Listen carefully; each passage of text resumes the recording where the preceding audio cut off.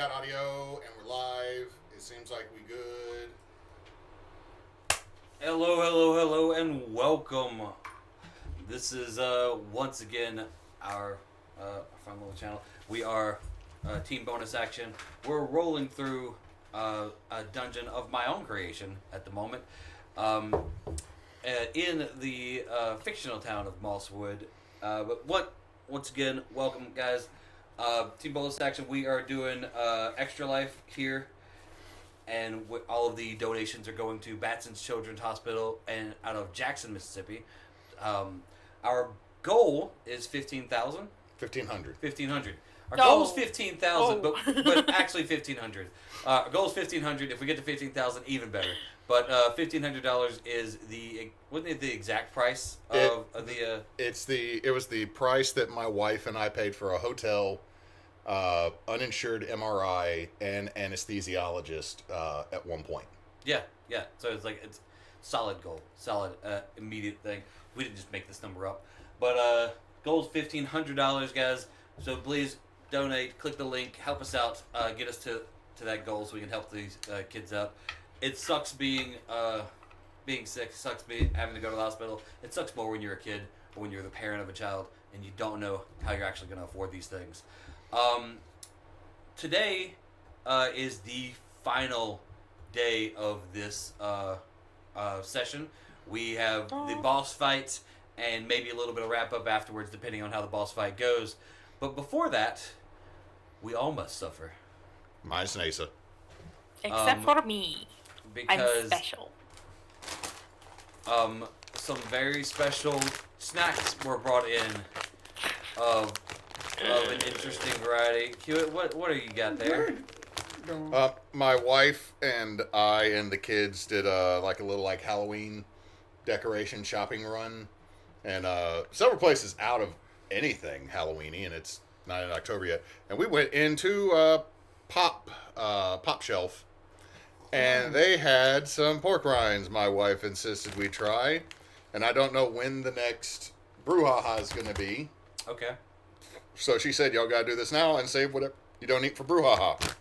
All right. We got Pork King Good presents old-timey butterscotch flavored pork rinds. They're gluten-free. All pork rinds are gluten-free because they're made out of pig.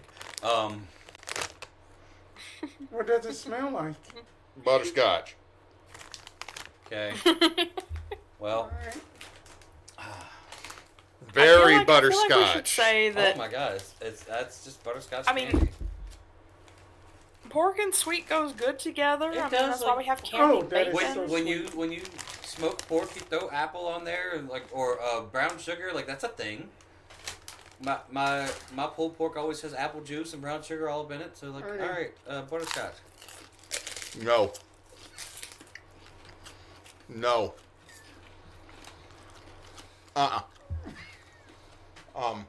If you forget that it's a pork rind, it's just good. crunchy. It's just crunchy No. butterscotch.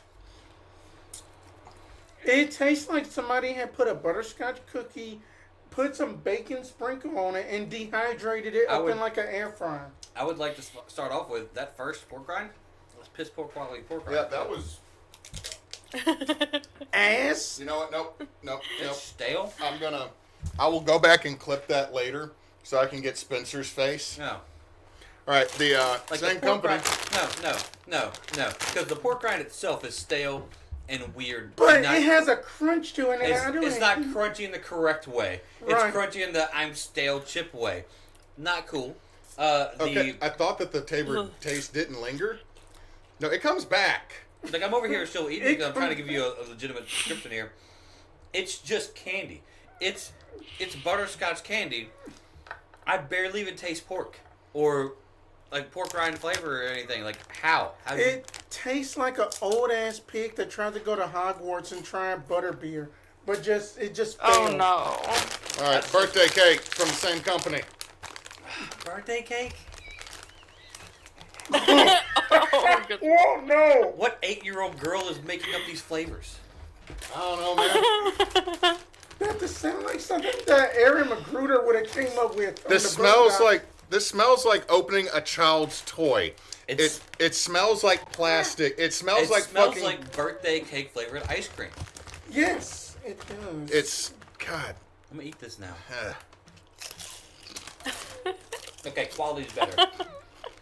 The correct crunch. Better? Correct crunch. Again, the one I got has the level of crunch of an old Nutty Buddy bar. All I can see is the look of despair on Hewitt's face. It's just slowly It's between my falling. teeth. It has a better aftertaste than the butterscotch, but this tastes exactly like you think it would. It tastes like birthday cake flavored. Hold on. Someone's got to answer for this sin. Hold on. Ice cream and stuff, right? It tastes like the birthday cake flavored stuff. If someone says, "Hey, the birthday cake flavor," it tastes like that. it smells like... Again, I don't taste the pork. I don't taste it either. That it smells like, you know, that those cakes from Brookshire's that they like put out because that people cannot pay for a cake. He would have to chase what down it his smells wife like. so she can answer for her sins. That's the funniest. That is something as a DM should basically do. Just be like, on each failed save, you have to eat one of these. Eat a birthday God. cake. Oh yeah, failed death saves. Birthday cake pork rinds. So you can truly experience the effect of a brain blast from a mind flare. Here, eat a handful. That of is this not a birthday brain cake. blast. That is like that almost make me want to not like cake anymore. A baby is crying in the other room, and it's because of the pork rinds. Because no of other the, reason. Because of the pork.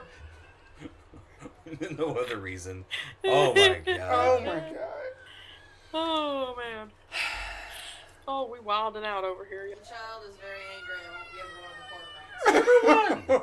Give her. They taste like candy. Give her one. What you got? I ain't trying to birthday cake. Oh. It tastes like candy. That one, those ones were stale, somehow, fresh out the bag, stale. It's terrible. I don't know how long they were sitting in this Somehow, stuff. it's the butterscotch. It absorbs the soul. Look, both the flavors tasted exactly like the flavor with no hint of And then anything. that pork, y'all which can is the have some weird honey part. roasted peanuts from Trader Joe's It's too. weird.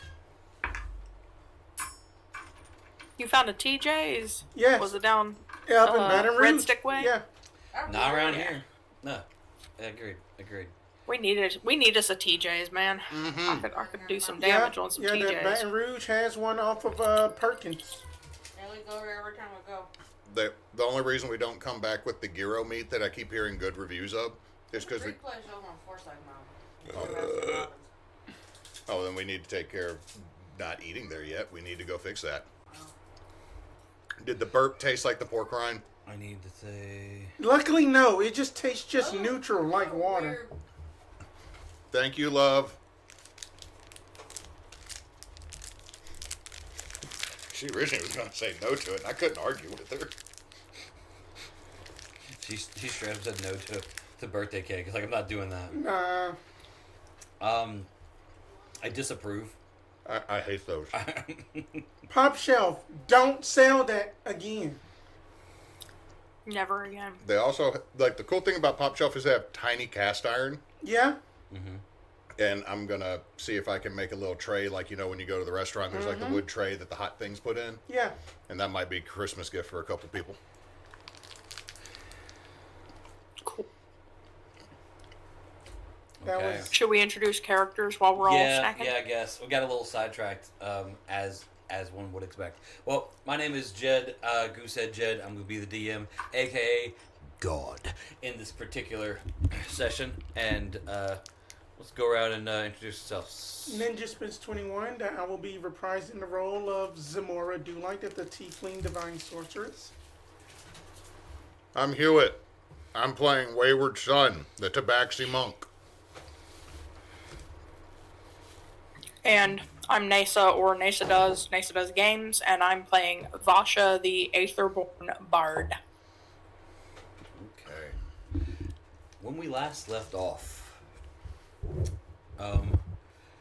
the 6 of you entered into the final chambers, where you saw a very tall, very large, very muscular Lynch Lord, pretty far away, sitting on his chair.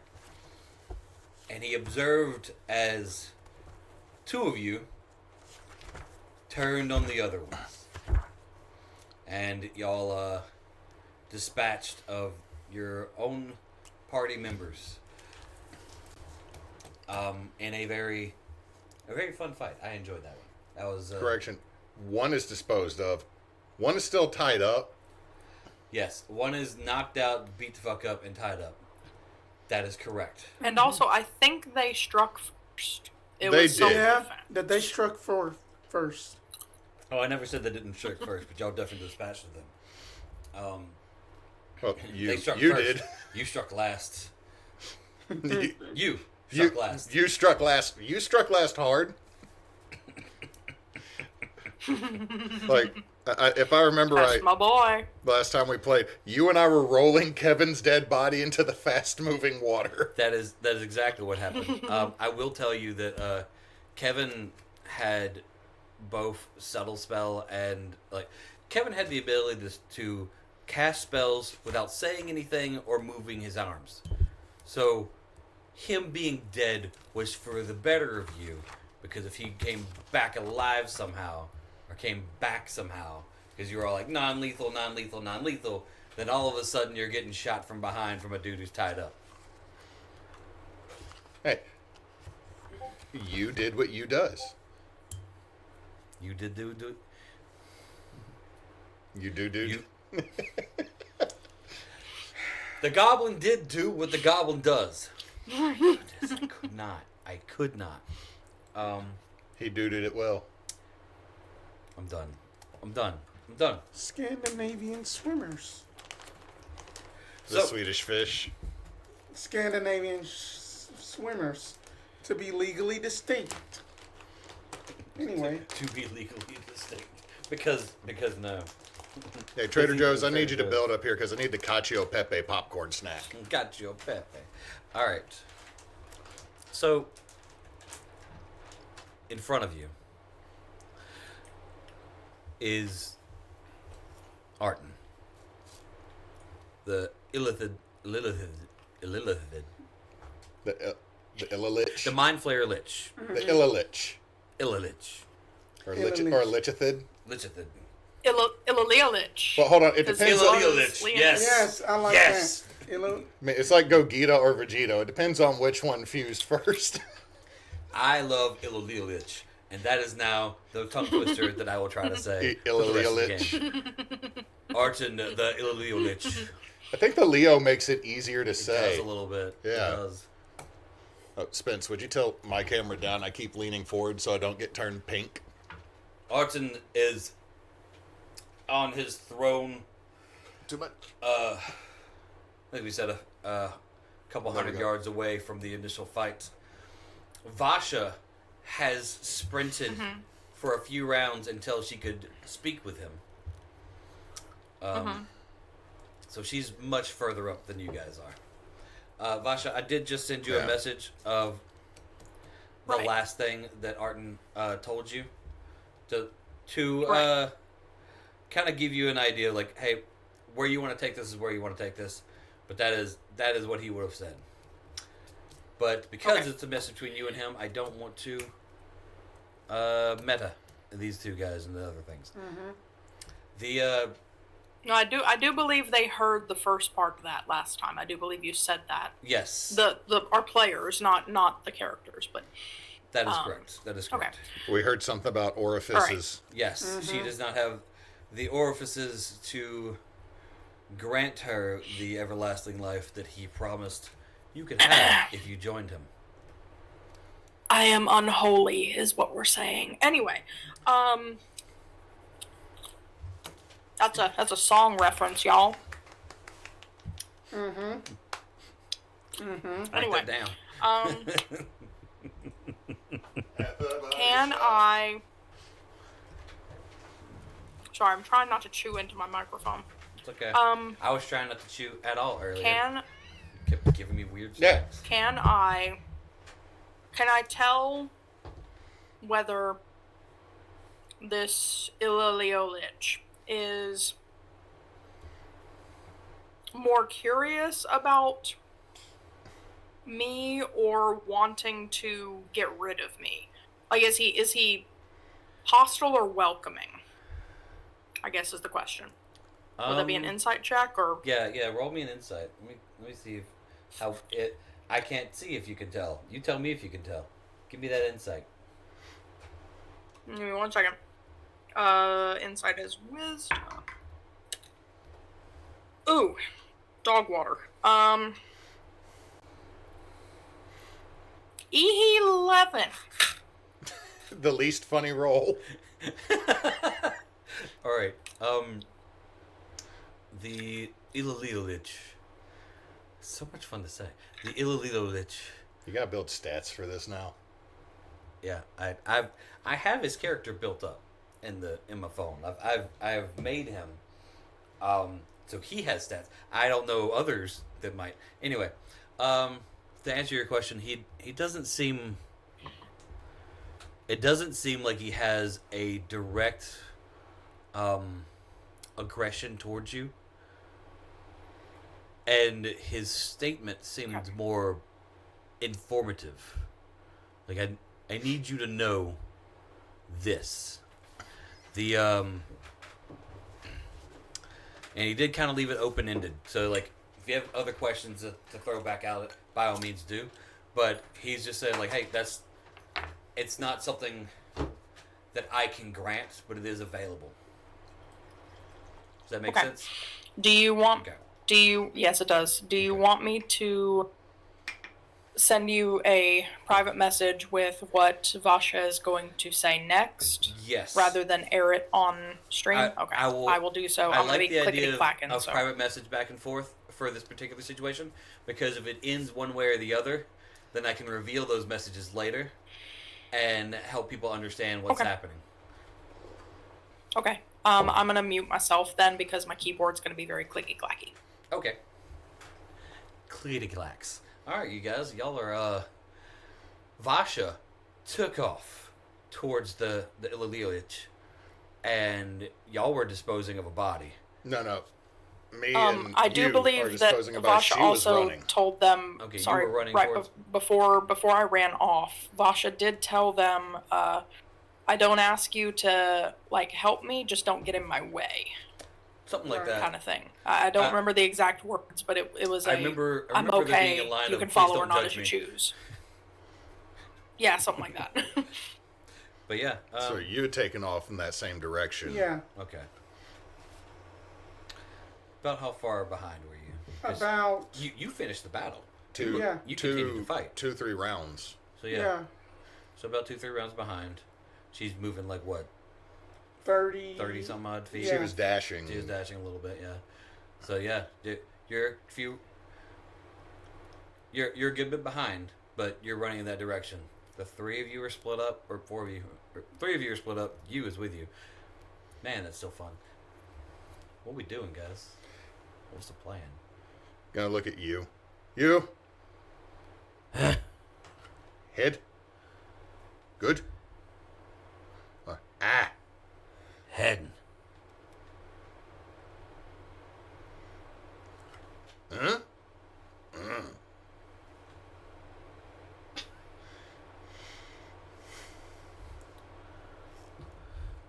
What's that? What's head? Kevin. Yeah, fuck Kevin. Kevin! Did you ever go under the water?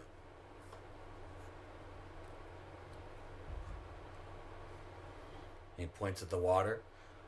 Huh?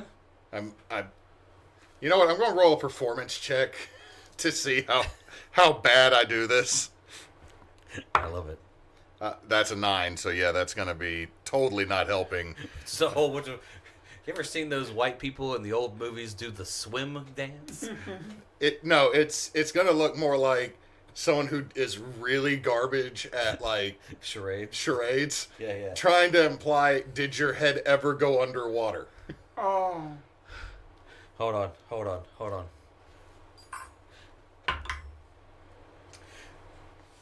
You just got a dirty 20 on insight, so he gets it somehow, and he goes, Hurt?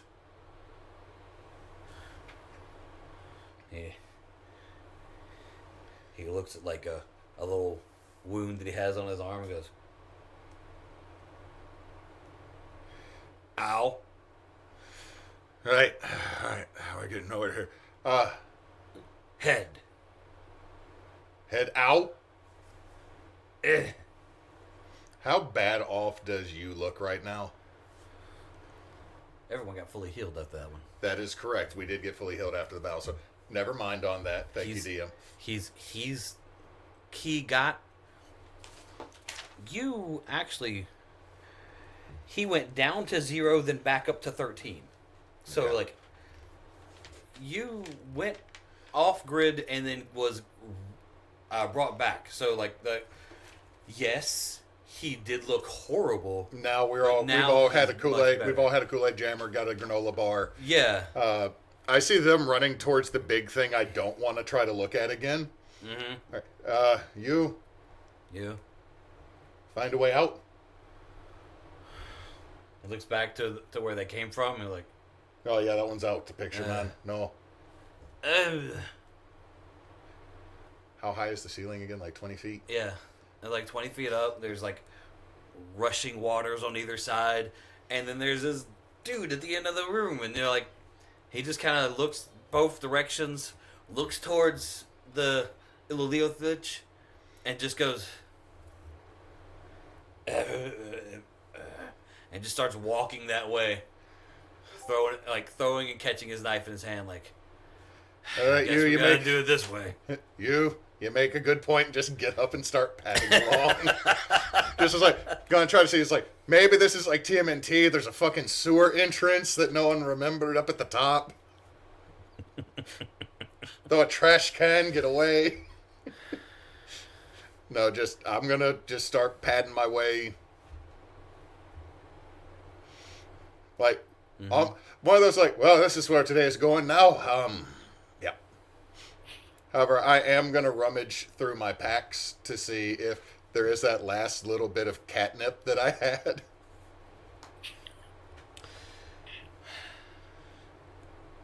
Roll me a D8 or something. Oh, wait. It's just an odds or even. I rolled a 20, which just seems Okay. like a waste. That's an even then. That's an even then. So yeah, you've got a good bit of that left over. Okay. Just gonna break it like smelling salts. The thing is that I've seen two outcomes with catnip. Lays down right there and just vibes and enjoys the universe, and whatever comes. And I am a banshee out of hell, and I will run at full speed. Because you're the cat, and you have the catnip, I assume you know what your reaction to the catnip would be. I don't. But Well, at the then- same time, well, then we'll I give you know that what his father's reaction to any illicit substance would be. So I think that would be a safe bet. So he's just gonna, the whole time he's walking, he is just gonna be rolling something while walking next to you. War knows how to roll. And then Okay. look at you, as I'm rolling. Just over here. You. I'll give him one, and then start rolling another. You completely disrespects the rolling process, balls it up, and just sticks it in his lip. I am both proud and ashamed of you at the exact same moment. Yeah. Is it still there? Like, he's just spitting. Okay. He's just got a hunk of chew. Let's focus on the person that's going to do something useful rather than what the cat and the goblin getting high is going to be like. You could just see it start running through his body. Like, that was too much for this little goblin. And he's... The eyes just go... Someone just got advantage on his next con check for this. You unknowingly helped your team. Zamora, what's going on with you? Zamora, after just kind of like just seeing just Vasha up ahead, then she's just going to just kind of just sort of just stop and just catch her breath and just be like, well, are we really going to do this? I mean, that I know that they want a good show, but at the same time, I don't know what's going to go on. That damn Kevin was a traitor. But I hope Donna just doesn't break out of her bindings. No. Mom taught me how to tie people up good. Oh, that y'all made it back. No, we are nowhere near you. We're walking. I need explanation of like tie people up good how? Like You- Vasha you- ties you people have up good or like Okay, you know who this character's father is, right? I told you that. Mm-hmm. And that's who his mother spent time with. Okay. So when I say she taught him to tie people up good, he might be completely oblivious to the fact of why Mom knows how to tie people up good. Let's see. What do she have? Noted. Also, if there's ever a point of why certain words might pop up in the vocabulary of Wayward Son, safe words. Safe words. Pineapple. All right, yeah, they're safe words. You can say them anywhere, and like it's safe, right? Like if you just yell apricot, no one can get mad at you. In fact, someone gives you a hug, tells you you've been a good boy. That's what happened in the other room. But as that she is basically waiting, then as she's going to reach up into her packet and pulls out like a pink leather skin, water skin, just pop it up in it, and then she's gonna pop it open, and then it is basically like a blackberry tiefling like sweet berry liquor in it. And just take just a shot of it. Okay. I thought you were about to like say there's a whole tiefling brand of beverages. Like it's a tiefling blackberry tea. I'd be like, is it called tiefling? Writing that down for later usage. But anyway. Actually, no, that'd be a really Uncle good brothel. Iro approves. No, Yeah, that's good brothel Uncle name. Ira would No, that's a good tunic brand. Tiefling. I'm Just saying, ran by a tiefling that just knows how to just do. I'm just do saying a like- brothel that's called the tiefling is you're having a fling. Ooh. And you could get tea as a parting gift. Two types of tea because it is a fling going on. So, There might also be an A in there. but yeah, then she's just gonna just wait on that just her compatriots. Okay, so you're waiting up. You're waiting up for those two. Yes. Okay.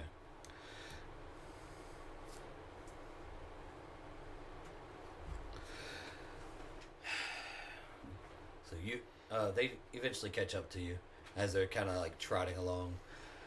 This one's smoking something. You is jazzed up, just I gave him a little bit of this, yeah. And he decided to shove it in his mouth like that. Honestly, I think he's getting better at coming. You just want to swig? I mean, No, I never touched the liquor. Not since I ended up in a dungeon. That's a good point. However, you do see that he's rolling. Like, he is rolling the rest of this stuff. I'm making an intelligence check to see that if Zamora knows exactly what this is. No, that she's just like, Catnip. I have no idea what you're doing, but At this point, there's something terrifying at the end of the hallway. We're walking.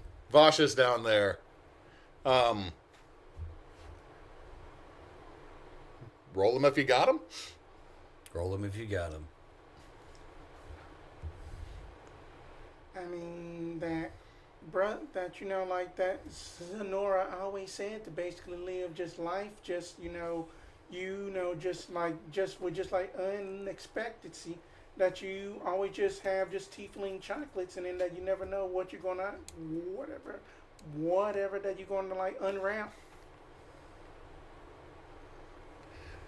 That sounds like a druid that once came through town. His name was Forrest Stump. That a furball? Aye? Yeah. Walk kind of like we just just like a limp. No, he was always running. Oh, must have been a druid monk type. He said shite happens. Anyway, Vasha's down there. Maybe he's not unfriendly. She hasn't died yet. The whole time you guys are walking, or jogging, however you're moving. Just walk. Vasha is still going closer to him. He hasn't really moved. He's kind of sitting back in his chair, but you can tell. Actually, give me a perception. Maybe you see it. Maybe you don't. Perception. We're just stacking. Nope. Man, you are a feast and famine die tonight. That's a 10, so that'll be a 16. Okay. I'm gonna say that Zamora is seeing it, but it's more of a, you know how people talk with their hands a little bit? From time to time, you'll see him, like, move his hands a little, as if he's emphasizing something, but he's not.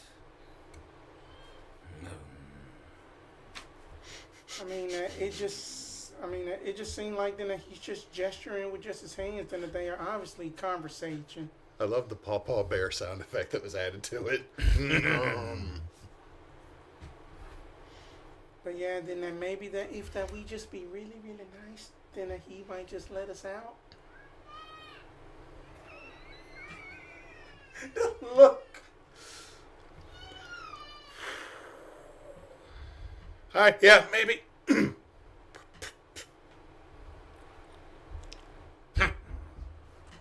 You want more? You want more? Good. I'm good. Oh, shit. I'm not wrong. It helped him speak common.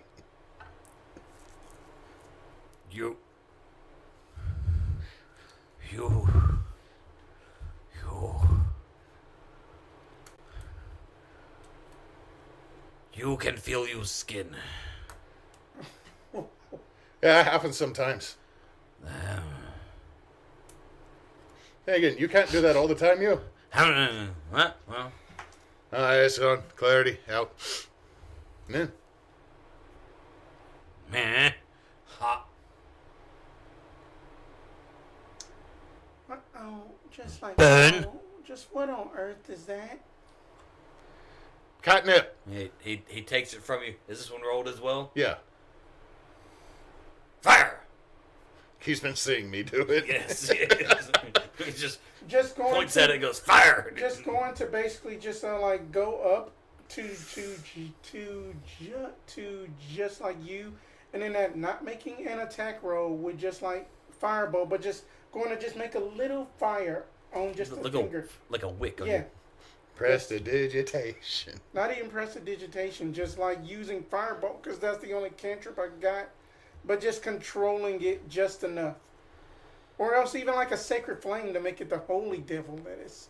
It lights, and like if you ever have thrown sugar or copper flakes into a fire and it glows in a fire. The fire glows in a non-red or orange way. Right. It's like sparks of green and blue, so it lights and it's almost like a rainbow for half a second, and he goes. Fire good. Aye.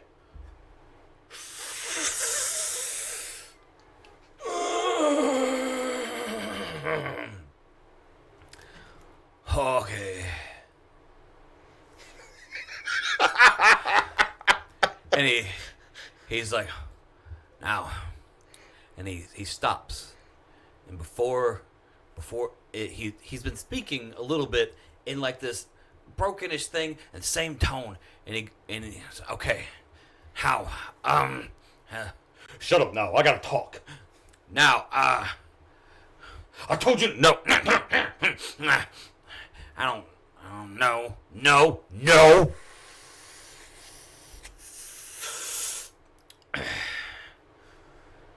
You like thingy. Alright, that's a safe bet, yeah. Thingy. Weird. Yeah. Big. Yeah.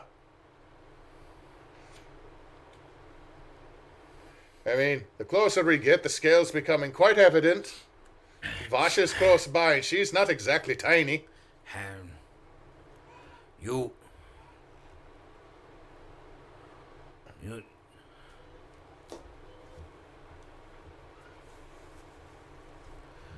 had itch inside.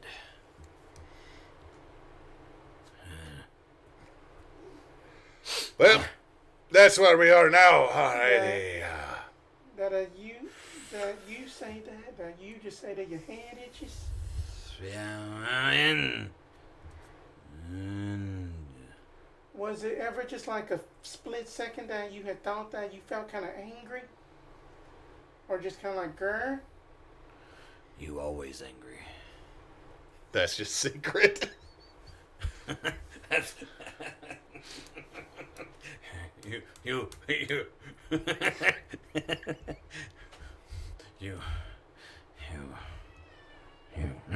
Huh?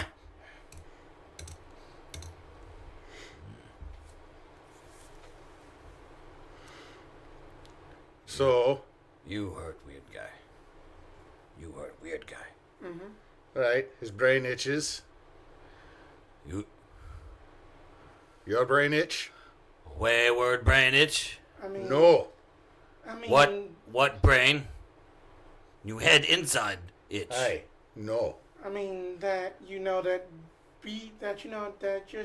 before that rapscallion, Kevin had turned turncoat on us. That I just did feel like a little bit of a pain, but then I just got rid of it. I mean that I did, whenever then that y'all were with the puzzle door, I did go under the water.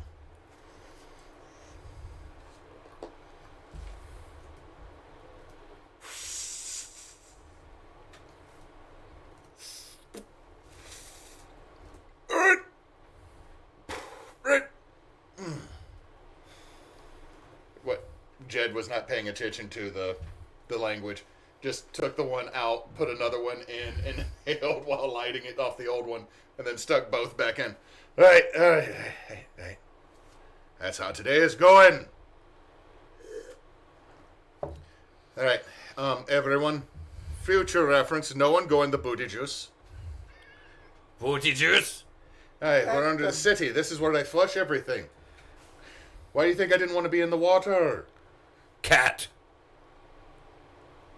Fair, but also turds. Do you know what toxoplasmosis is? Do you know what toxoplasmosis is? Actually, I do, yeah. Hey, when you come into too much... He just stares at you angrily. It means that your brain itches from poop getting in your head. You both have duty in your head. Does poop in head talk to... I have...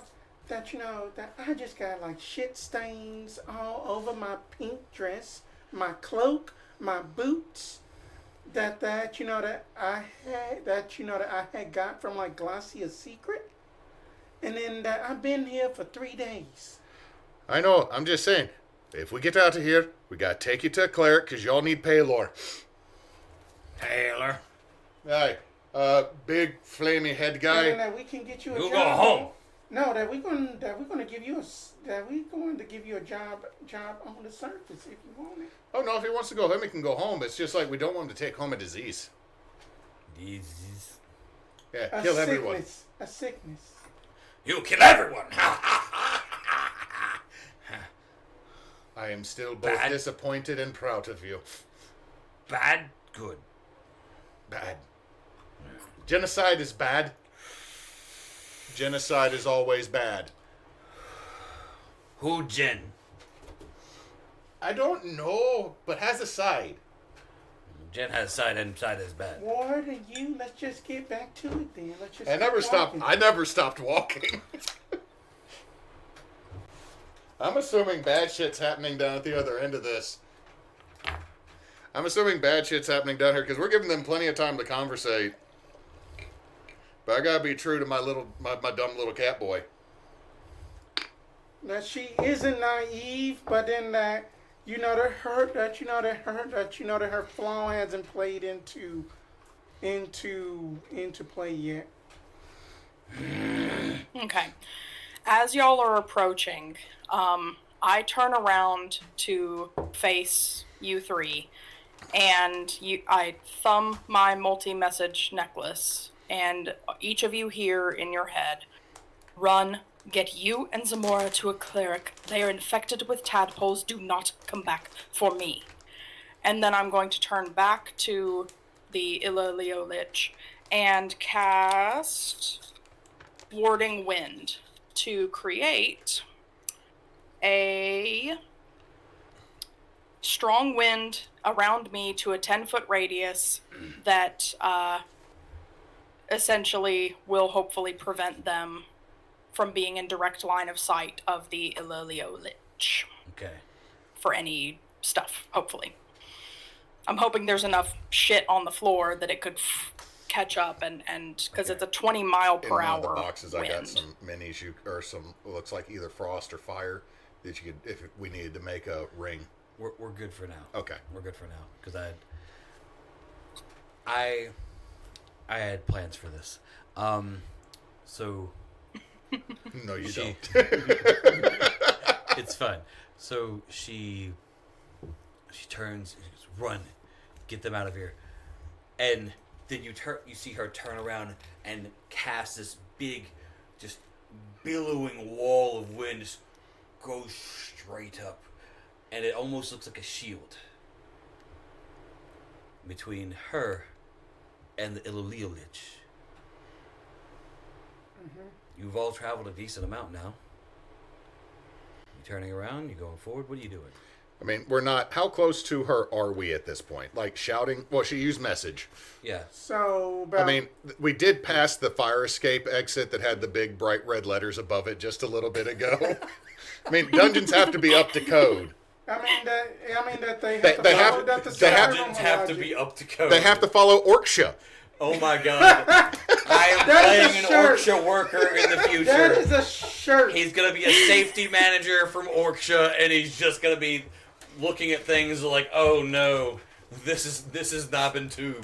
You can't have this. You can't. You do not have a certificate for when you installed this gelatinous cube, sir. This is a biohazard. They do have a habit of seeping into other areas.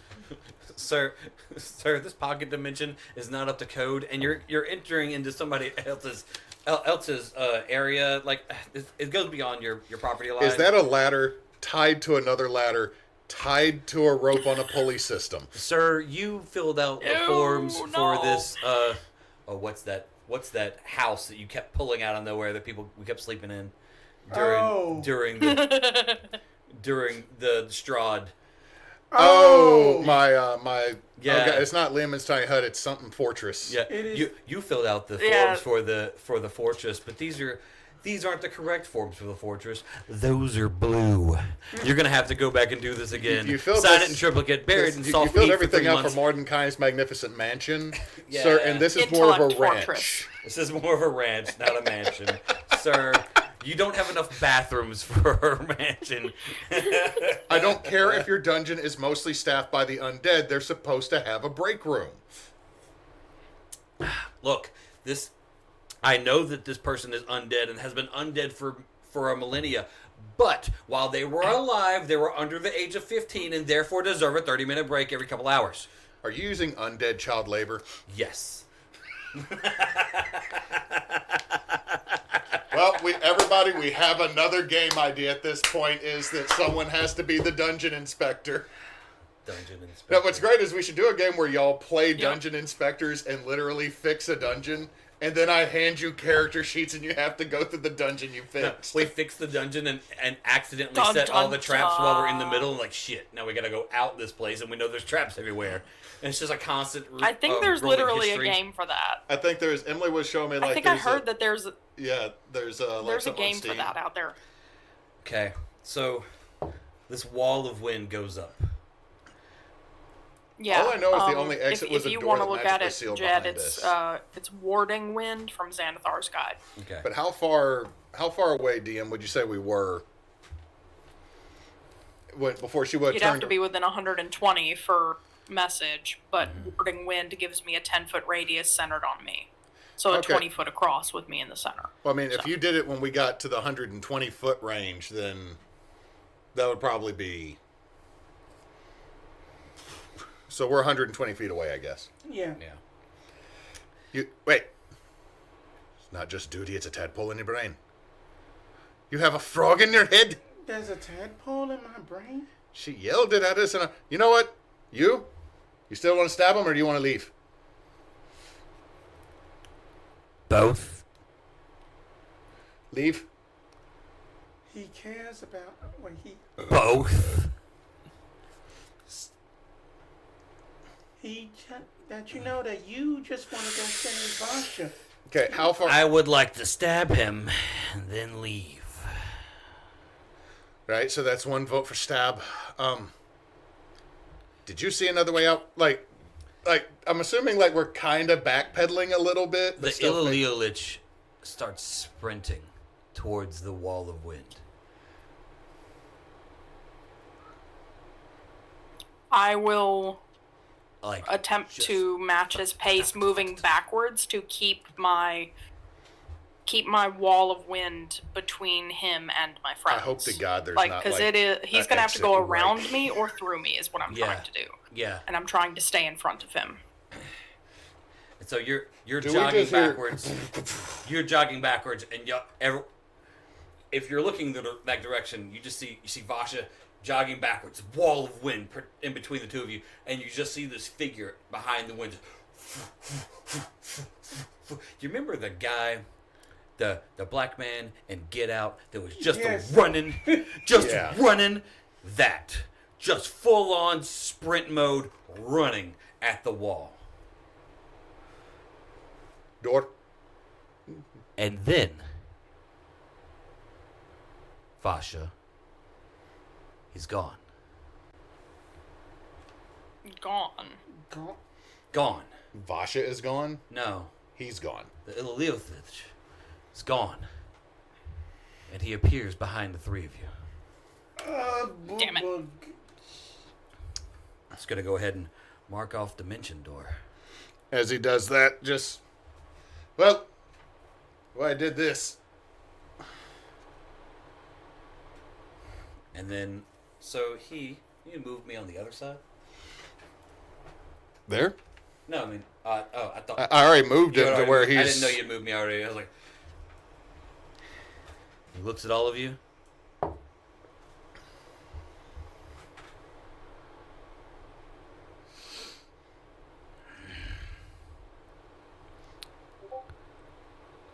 You're the only one left. It's fitting that you're my kind.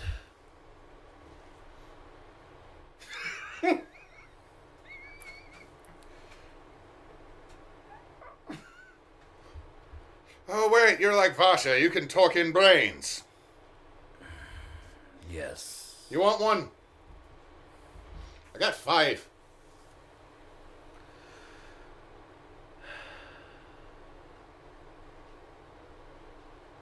You can have all 5. You're bigger. I can re-roll it into 1.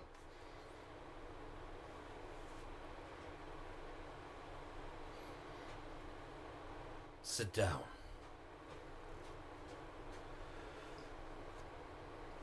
She just said something interesting to me. I must think about this. So that's a no. That's a sit. I think that we need to sit down, Ward. I thought it already was. You can see you arguing with himself and he sits, but he's trying not to sit at the same time. So they put a hand on his shoulder. Roll. Actually, you already said we need to sit down, so you agreed with it. So you're sitting. Mm-hmm. He stands up tall and goes. I'm sitting and still. He walks over to and looks at Donna, who's tied up. We left her alive. Yeah, she's our friend.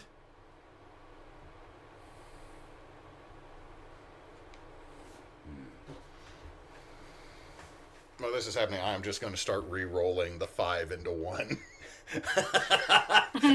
I honestly thought you were about to start re-rolling a character. I'm just going to... This is happening. I'm just giving up real quick. That's right. Dashing Darren steps out of the back and dies immediately. He goes up to Donna, who's like struggling with her bindings because she's been resting. And he just goes... And then she passes out. Is knocked out of sleep.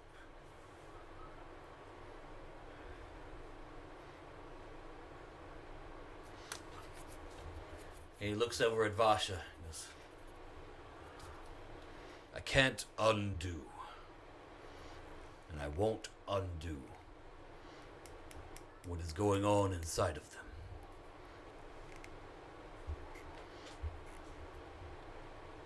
But I will take your offer.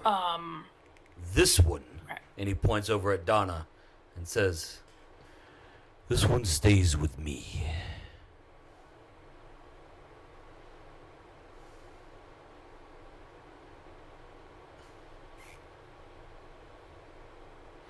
We don't hear any of this, right?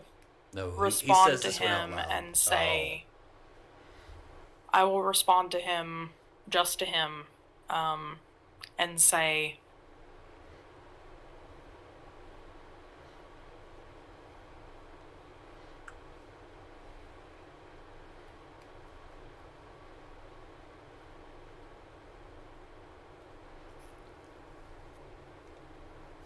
I will agree to that term, provided when she is recovered, she hunts outside with me.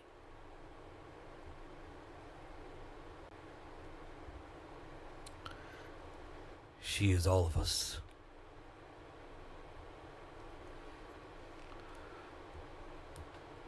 I already know the plans that the cat, what is his name?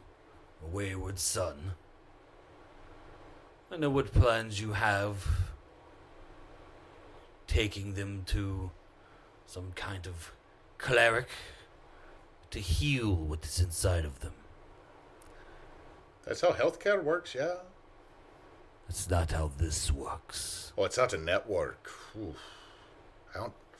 looks directly over at Zamora. Sorry, I don't have enough cash to pay out a network.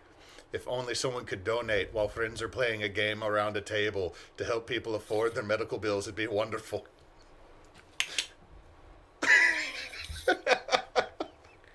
Please? Please. Please. Here's the deal. Here's what I will accept. This one, whose proper given name is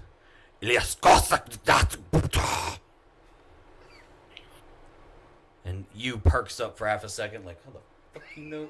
And he goes, but has taken on the moniker of you. Shall return back to his hoard and bring me some of it. That will start my hive. I will allow the horned one Miss Zamora to leave. Scout around the city. Observe for me what there is, what I need. And if you'd like to remove the tadpole in your head, you're going to have to kill yourself and find someone you trust to bring you back.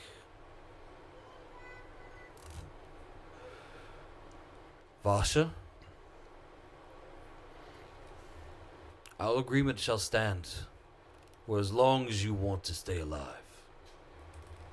It's not a threat. That is a promise. The day you wish to die, I will allow it.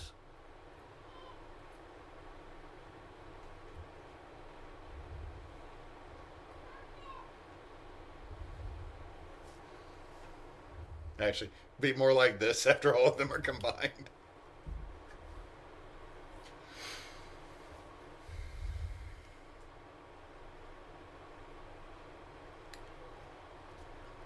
I need my minds clear. I'm clear as a bell right now. Same with sinuses.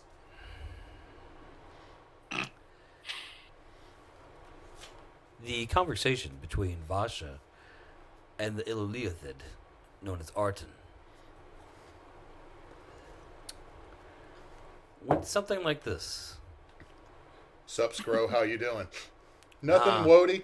Nah, we all remember him saying, "You have no orifices. I cannot infect you.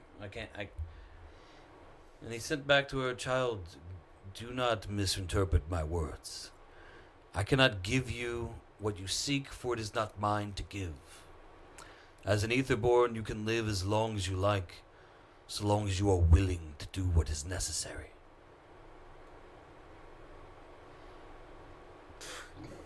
Vasha came back with, if you'd like to read it in your own voice. Otherwise, I'll be imitating you. I do seek a longer life, and I found a history that may help me achieve my goal, but I have not yet read it fully nor attempted. I am willing to serve alongside you, protect your tadpoles while I seek my own eternity if you'll have me. However, those I traveled with, I would see them return to their former lives unharmed. Can we strike an agreement for this? Define unharmed. 2 of the 4 that remain are already infected. There is no going back from that. You said I have no orifice for your tadpoles. I assume they must enter another living body, then. Does the process break bone, or cause bleeding, or disrupt bodily processes and life? Do the hosts regret their involvement in the process? And in response, I explained the designation of infected, which I've already shared with Spence, but that an infected character have a familiar in the form of a brain worm that increases one ability score by 1. The worm will offer advice from time to time. The downside is that randomly you will need to make a con save, or the brain worm gets to make that decision for you. The longer the worm exists in your brain, the harder it is to make the save. DCs go up over time. It's important that the character does not know that they are infected until they fail a save first, or have trouble passing a save. Whenever you fail the roll to save, to stay above water, you had a 1 in 4 chance of being infected. That's how they got infected. The tadpoles need to access a brain to infect the host. And then Neysa said, Will those I traveled with be able to return the way they came, unharmed from this place, if they do not fight you? "I need more servants." Which 2 are already infected, then? Will they suffice to serve with me? The small one, and the one with horns. Will they suffice to replace the dwarf and the human male? I had 4, now 2. I need to recruit others. And then Neysa turned around and told you to run. And after Arten dimension doored behind y'all, I hollered after him and said, "If I can transport your tadpoles, I will go out and hunt hosts for you. Just not any more of my friends. Leave them and I will serve." Now, in character, we have no clue about this conversation. No. Okay. Right. But I needed to inform you of what was going on, because otherwise it felt a little disjointed.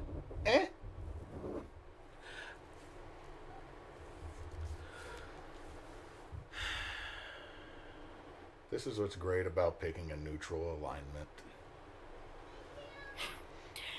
What is my alignment? With the stipulations that Arten has laid forth, Yes. I'm going to point, gesture toward Ward and say, he is free to leave with our arrangement, correct? Yes. However, Wayward, Aye. know that I am watching you. And I would not be exactly pleased if you were to go and tell people where I was and what it is I am doing.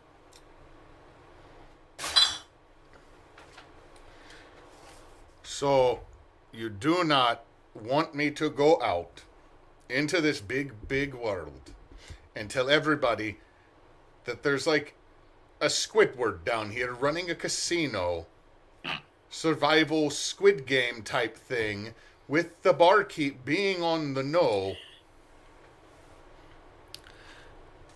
You poor thing. You were kept as a pet too long.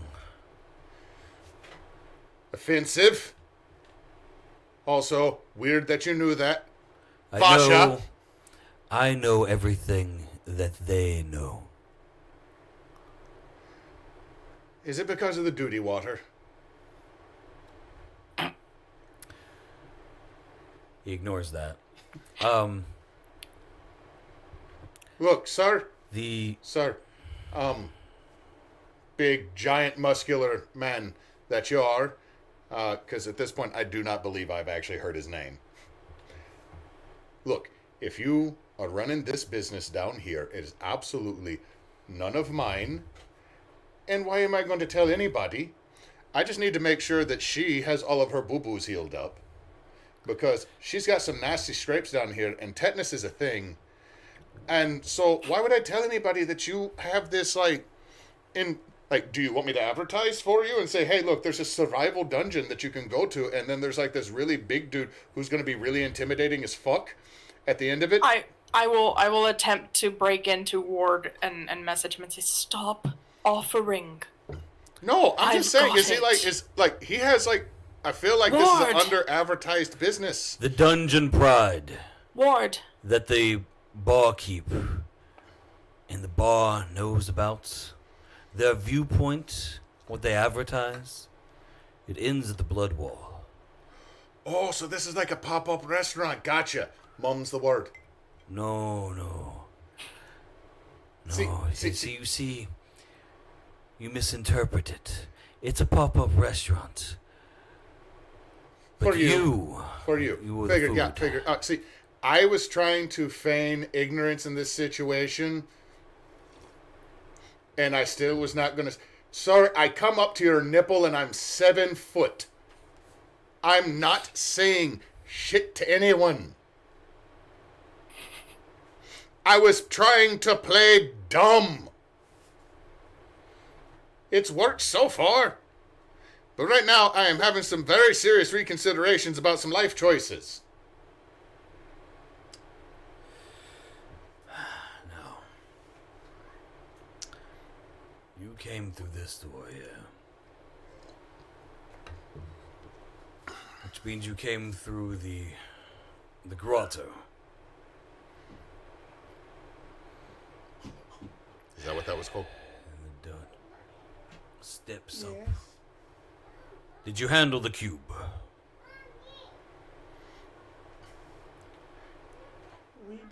I'm gonna lean over to someone. Is that a euphemism? Wait. You ran from the cube, which is when most of you got in the water in the first place.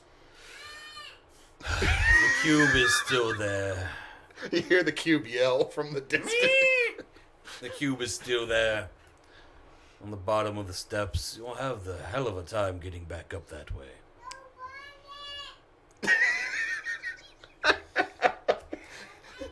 There's just one charred manticore body in the gelatinous cube, and you hear, I don't want it. Don't want it. Spicy. Here. You should go this way. And he walks over towards the rushing water. Right at the edge of it. Points towards the wall. Come here. I'm gonna go over there. Following. Take my hand. I take it, but what's underneath my hand is the 5 joint rolled together. Takes the hand.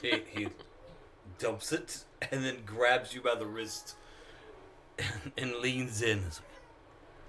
Just hold on. And he reaches out to take the hand of I'm someone kind of else. looking at the baseball mitt that is wrapped around my arm going, I don't think I have to hold on at the moment. You really don't. And he goes, just takes a deep breath. He goes, there. And instantly, you all vanish. Everything is dark and cold.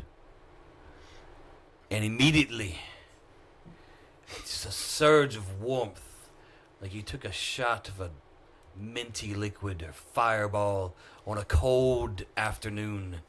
It surges through your veins. And you can see nothing. You hear nothing. And slowly, you hear the sound of music. You hear the sound of the bar. They're playing another song. Something about a tavern wench. I'll tell you in a second. Okay. He leans in very slowly as your eyes come into focus. He goes, "Be quiet. When they wake up, they will attack." And he's gone. You all find yourself in a room surrounded by sleeping lions. 4 sleeping lions, to be exact. On the other side of the room is a door. Just a regular wooden door. Behind you is a chest.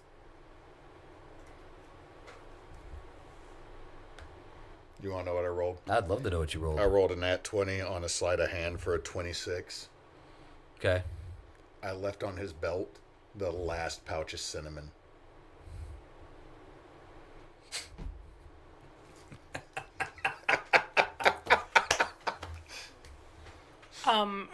Quick point of clarification. Huh? The only 2 that got teleported were Arten and Zamora, right? Because you and myself would have had to stay back to fulfill our ends of the bargain. Correct.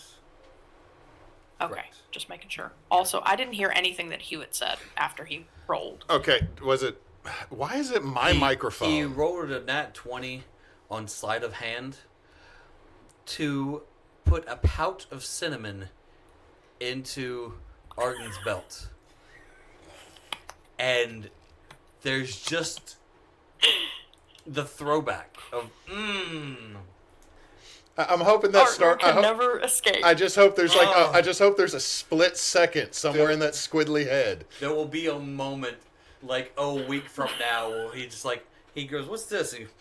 And then it all comes rushing back.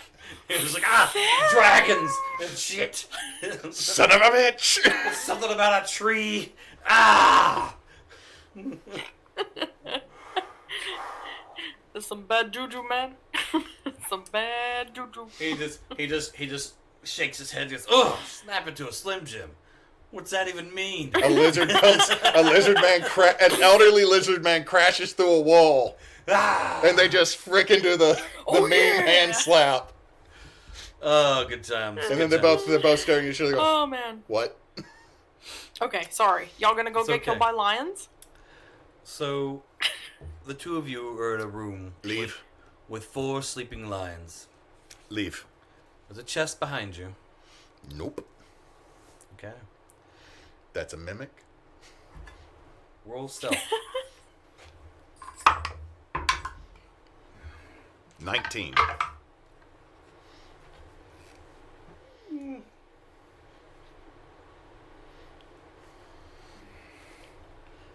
I got a lovely. See, I got a 15. They're all still asleep. Door now. Out. Leave. You get to the door. Does it creak? It doesn't creak, but it doesn't open immediately. It's Kevin- almost as if it's jammed. Remember the jelly in a jar? Yeah. Jelly in a jar. On the other side of the door. The door opens. Out. Out. Okay. Jelly in a jar? We have had 2 gelatinous cubes. Yeah. Yeah, okay. I think Donna yeeted a cube Yeeted out of a jelly jar. in a There was jar. bees. Yeah, Donna, There you was did a the jelly in a jar when y'all were jar. going up the spiral staircase the first time. Yeah.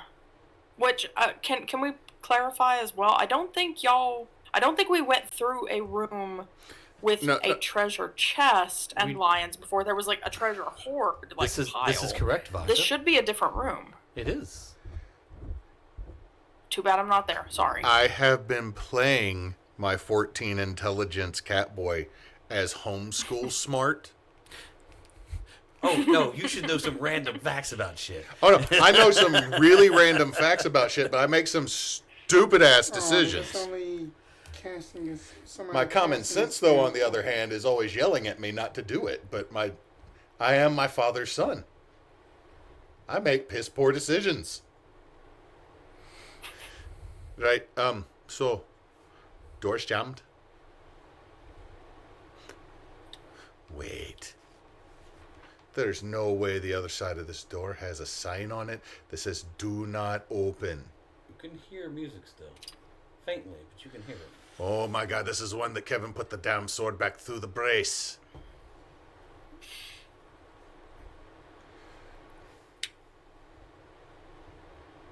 Her brain just realized as soon as you said that, then I'll be damned.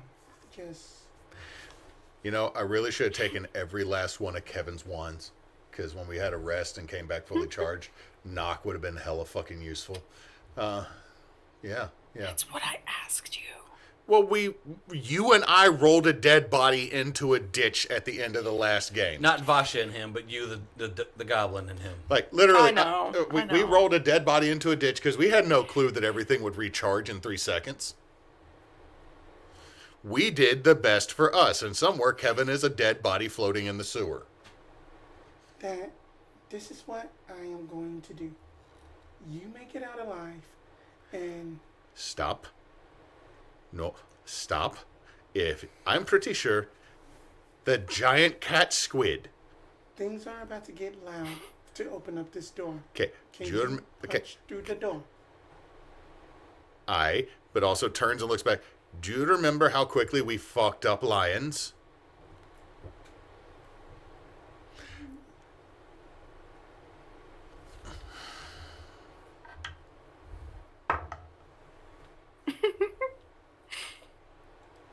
17 on stealth. Oh, another stealth. No. I'm 17 on stealth. Mm-hmm. You're good. Walking up to the closest line.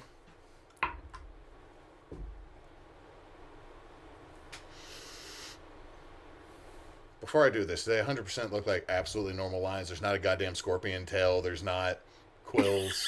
These ones look absolutely like normal lions. Baby manticore nest. Neysa, now you're going to make me not want to do something. Before I'm sitting there like... that, before Gonna punch this lion in the mouth. Then there'll be only 3 lions. I have advantage. They're prone. It's prone. You don't get to... Neysa, as the voice of reason and decency, who has sold themselves to an Illythid. You don't get to have the voice of reason and decency anymore. Hey. She's chaotic neutral. I played the character as the character was written. No, she no. wants to live. She I am needs neutral time. good. She didn't want her friends to die. I'm trying to play a true neutral character who is under the impression his mom is watching him. Fair. You did meet her in I this am thing. neutral good, but She's at the somewhere in same here. Time, But when all of a sudden he's like, I can watch you wherever you go. My mom can watch me wherever I go. I can see you wherever, Wayward. Fucking get in line, Squidward. If I'm allowed to be the voice of reason in Ward's head for a moment, though, it might be better to just slash it across the throat. I have Carries no weapons. I'm a monk. He's got claws. He's a fucking cat. I do have claws, but my punch is stronger. Okay. What are you But doing? a cat can't survive through a bled-out jugular. Hand me a thingy. A peanut. A munchie thing. He wants munchies. Like, I can't open the door without waking them up. And there's a chest, and Donna is in my head going, Boyo, you want to open the chest before you go, remember me? And I'm like, all right, You'll sure. leave this whole place empty-handed, do you? Wayward, I don't understand money. I tried to give all mine to an old man. let's see how is Zamora feeling right now. That's good. Well, Jed, on that first punch, which I'm going to dump a lot of stuff in because I'm assuming while they are asleep, they are prone and technically incapacitated, so they fail some saves. Mm-hmm. What's that? That's a 16 plus 11. It. Fuck him up. I'm fucking a lot of shit up. Also, hold on, I got to make sure I've been doing the damage right because I've written over everything so much. So I have +2 from 2 things. Uh-huh. Plus, I got my modifier of 5.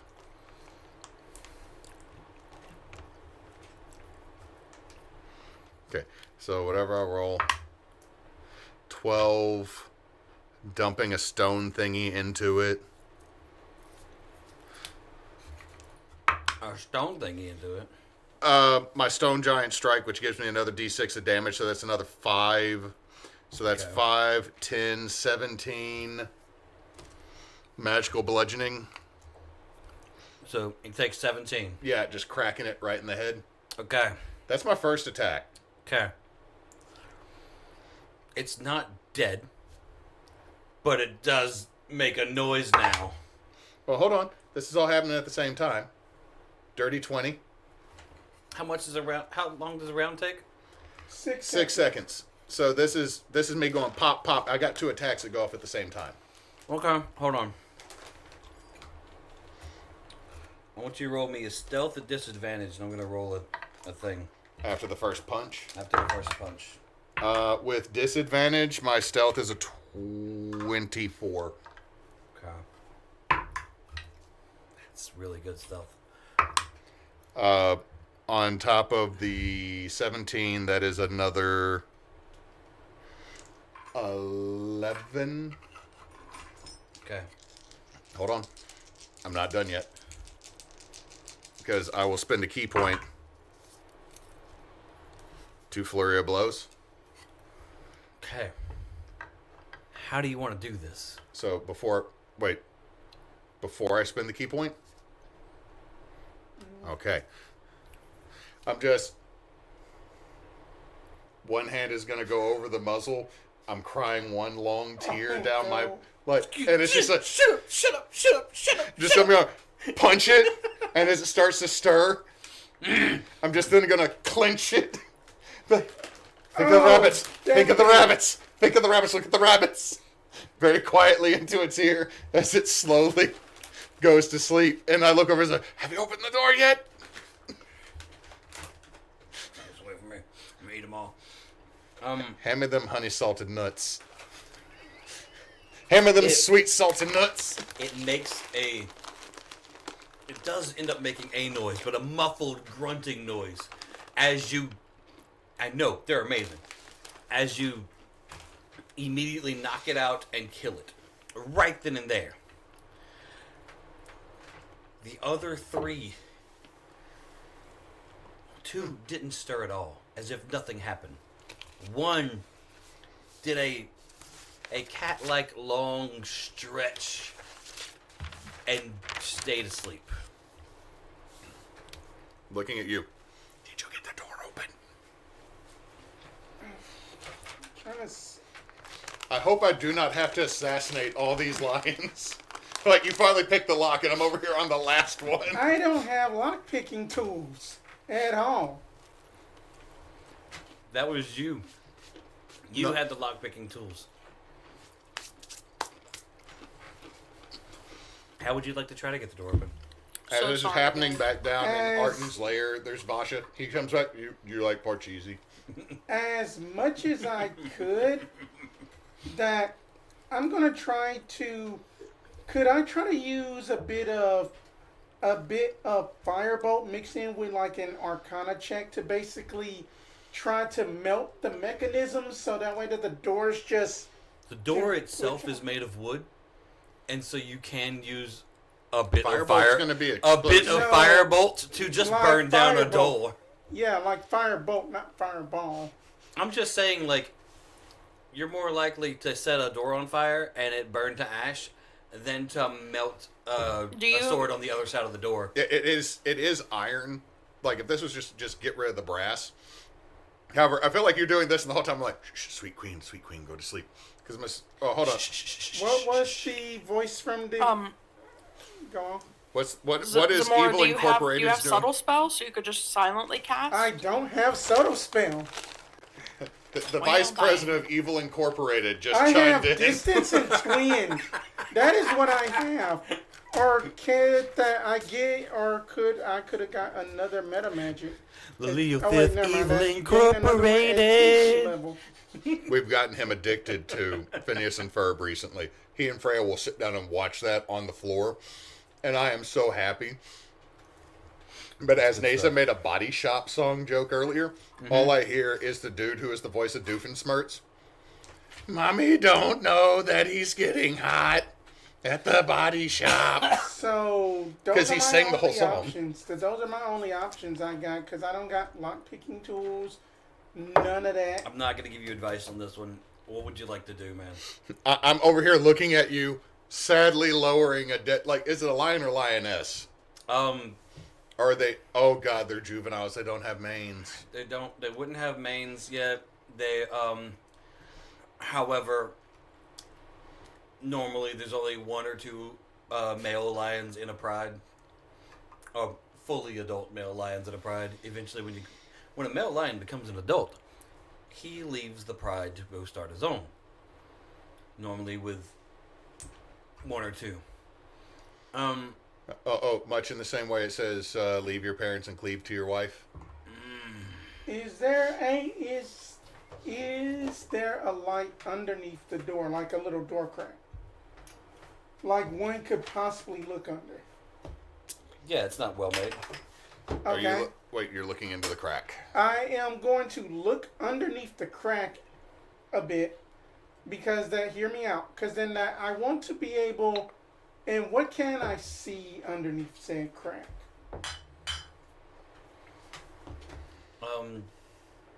A well-lit room, a bunch of dirt, and a very large pallet plank wood structure with ropes attached to it. So it looks a lot like the little makeshift elevator thing you all were on when you first started this journey. Okay, so then using that information, knowing that this is the door that is basically with the sword blocked. If we just listened to Kevin, we could have backdoored this whole And thing. basically, I am going to because the way that I am thinking is I can see a little bit of this area. I'm going to try to get a spiritual weapon summoned close as to the door as possible to try to hit the sword blocking out the door. I like that idea. Question. Are you giving me a heads up because this is going to make noise? Yes, that she is going to say that things might just get a little loud. So I'm going to do that and basically.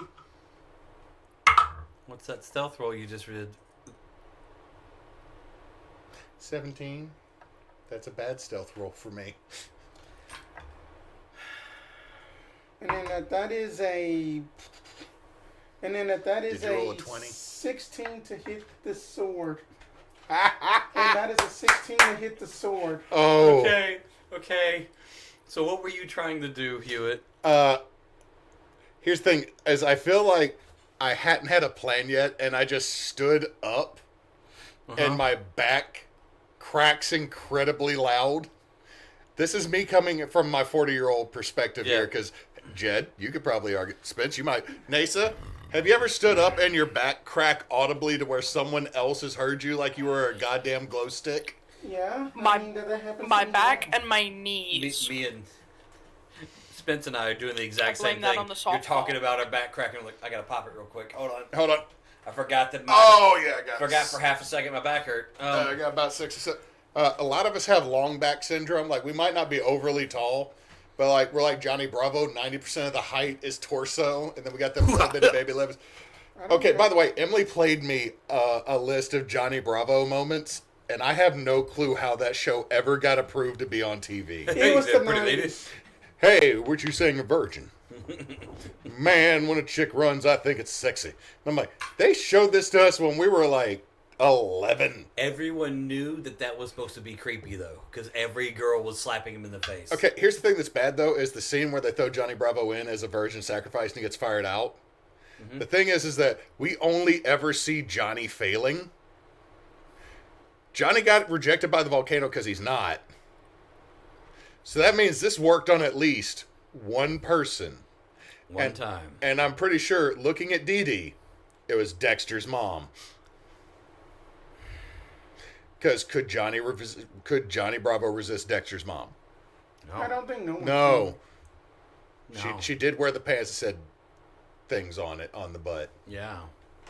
But We're going to stop now. 10 damage to the sword. Has got it going on.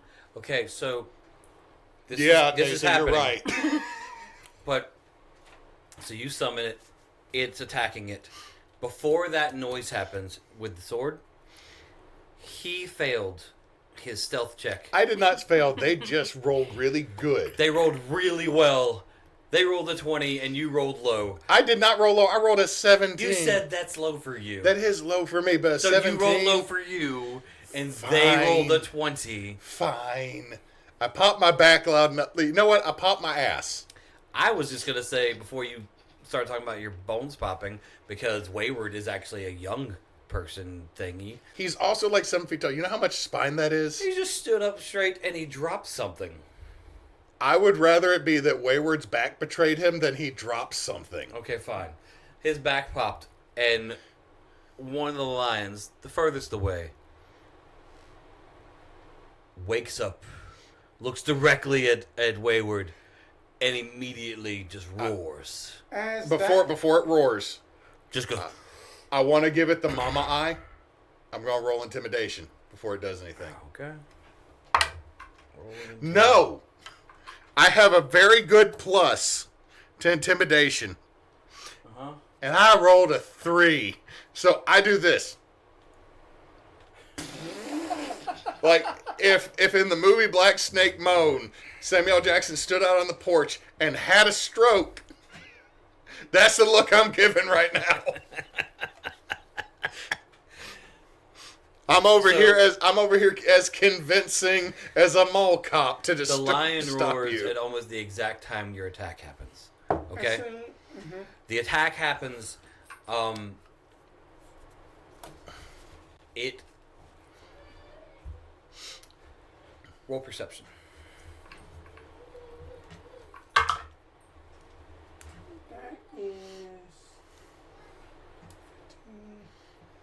That is a lovely 17.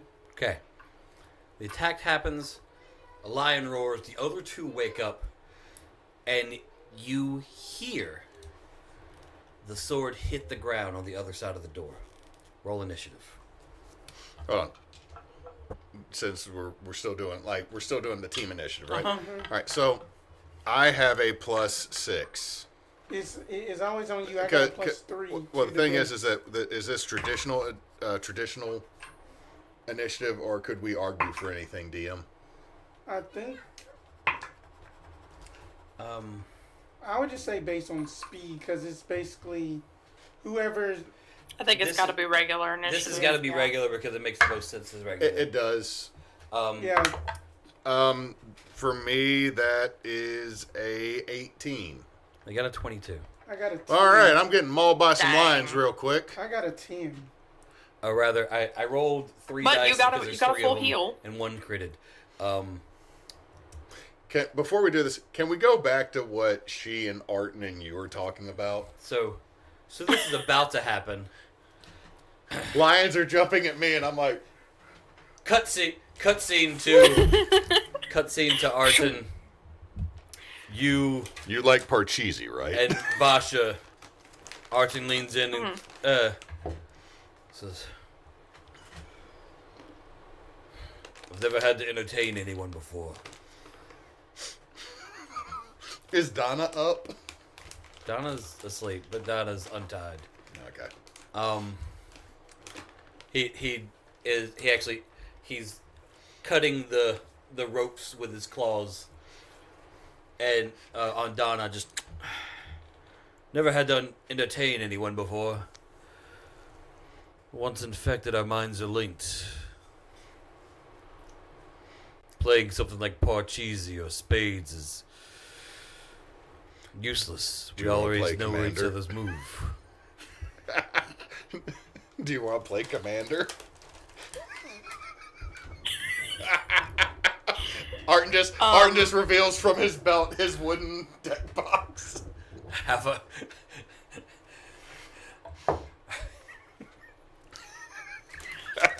I've got I'll the Johnny respond and Goldmane say- deck if you want to play it.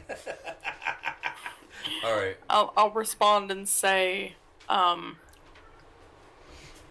do you want to entertain, or should we just get on with business? Business. Neysa, I love how evil you are. Business makes more sense. Firstly, the answer to your questions. Walk with me. And as you are all walking towards the giant throne at the end of the room, he slowly starts to explain. An etherborn must drain the life essence from another to extend its own life. I've known 2 in my days. Each lived some 40, 50 years before they just were defeated or beaten, died of unnatural causes. Your kind has a lust for experiencing adventure and danger. I don't disapprove, if you're going to live forever, you must be able to avoid such things. They did not. They got bored. But they did teach me what they were doing. One of them wrote a book about it. I think you have it. We spoke of a book. I'll produce the book from my bag. Ah, yes. he beats around the bush some. But in here are the chapters that explain exactly how to drain the essence using your magic. I can coach you. We can test it out on some of the things in the dungeon. And then once you're ready, you can do it on your own. Firstly,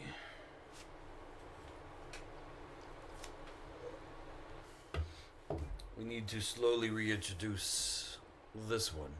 He looks over at you. You just kind of... You? Yes, you. Reintroduce this one to its group. If some of them are mine,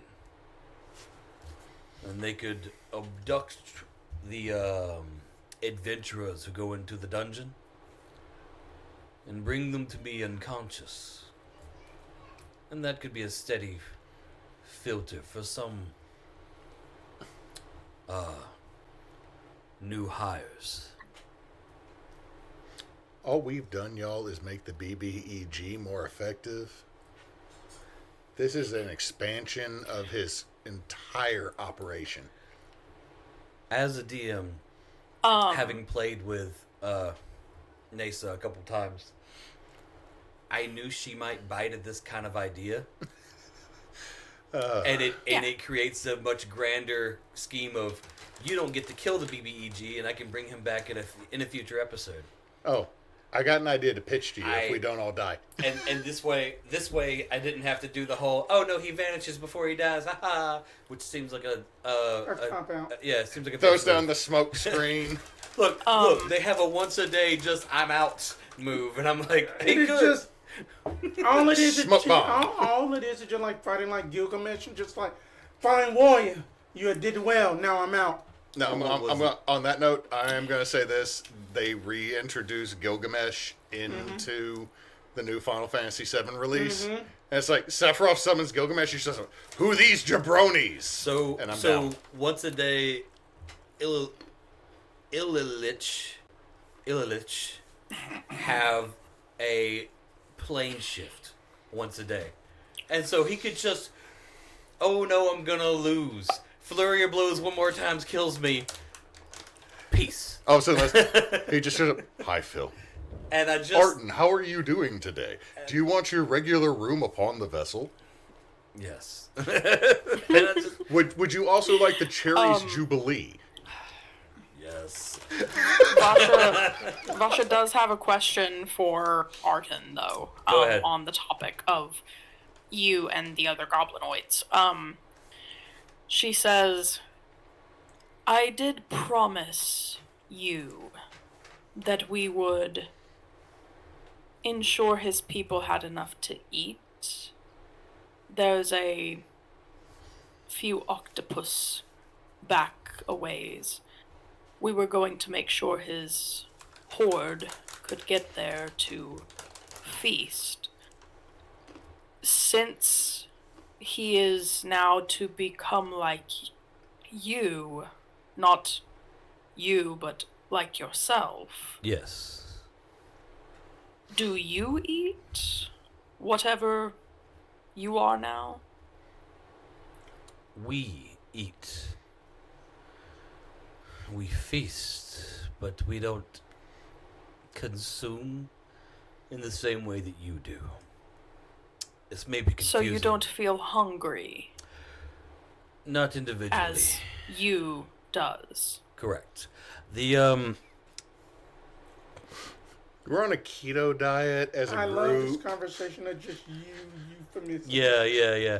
He looks over at her and he points at Kevin's lifeless body, which is clogged up the drain at the end of the into the little thing. He goes, "Take that sack of meat, and I'll put you into the room where the octopi lie. You can gather up what you wish, and drop it off with the goblins. I'll supply you with a flask of water. Tadpoles included. The two of you would know what to do with them. I don't need to infest the entire horde, but enough to meet my means.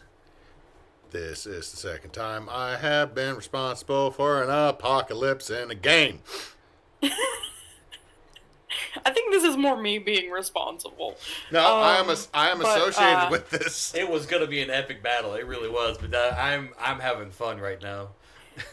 I mean, Arten always was one to talk. I will nod in agreement, I mean- and if I can, as we're moving over toward Kevin's body, I would like to kneel down beside my poor little warlock over here, who I just got. Double warlocked. What would be the term, like, absorbed into a different Ponzi scheme? I don't know. You I have Ponzi'd double. him into You have something double here. warlocked this goblin. That he was I'm basically so sorry. But- basically working for like a temp agency, but then that like a new employer just forcefully made him join. Y'all have done. But I, Swedish fish. This is just an equity buyout, like fucking Toys R Us. Hostile that has came takeovers. back. but I will. I want to kneel down beside you, and I'm going to talk directly to him and say,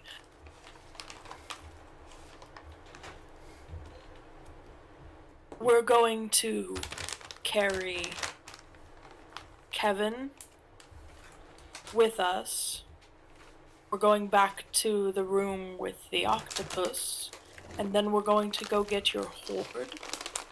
And while we're working for, and I'm going to point up to Arten and say, Arten, we're making sure you and your horde won't be hungry in the future.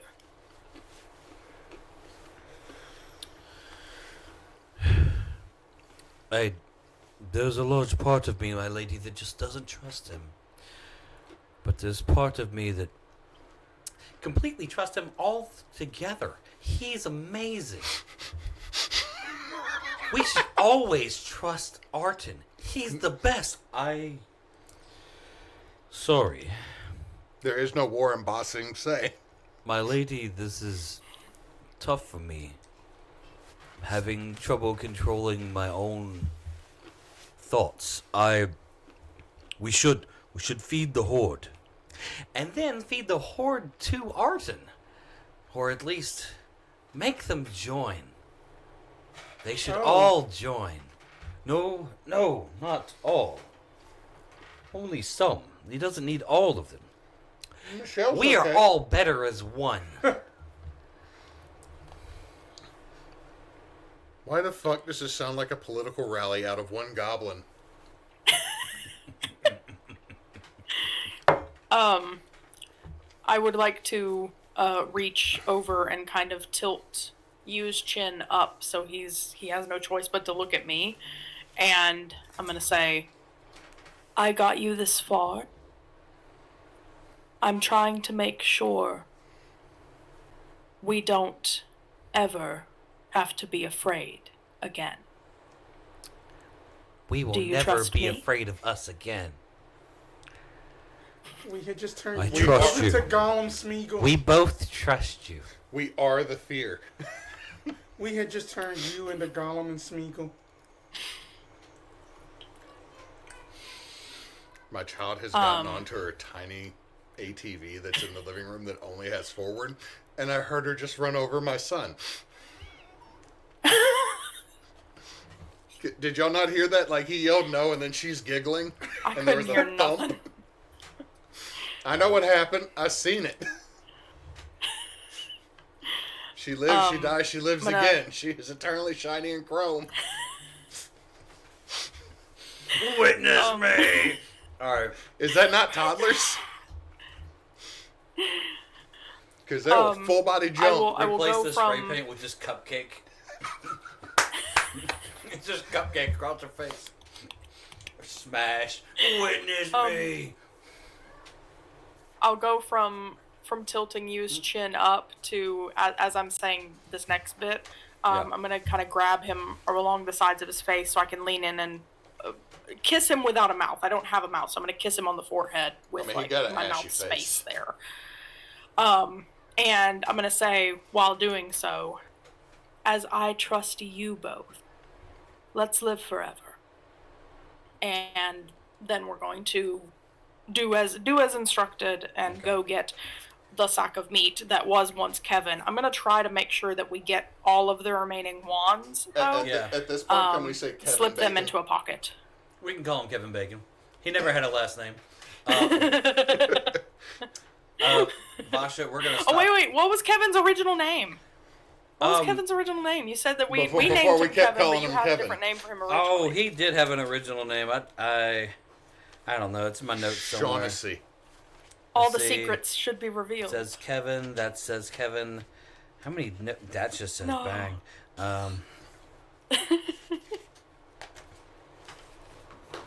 I have to say then that Vasha at this point is like reminding me of Thea that the deathbed made him from like Elden Ring, and I'm loving every bit of it. I'm not sure. I think it was something like Jonathan. It wasn't special. Y'all just named him Kevin. Jonathan. Maybe it was William. Jonathan. Either way. Jonathan. That's the end of the scene with Vasha. Kevin Bacon. I do want to finish this so when we come back from the break. Yeah. It's just the thing you wanted to do, so it's not like okay, done. And anyway, so no, it's just. And this battle should not be long because this battle was set up for people who were level 3, and you guys are not level 3. We level 6. Yeah. Yeah.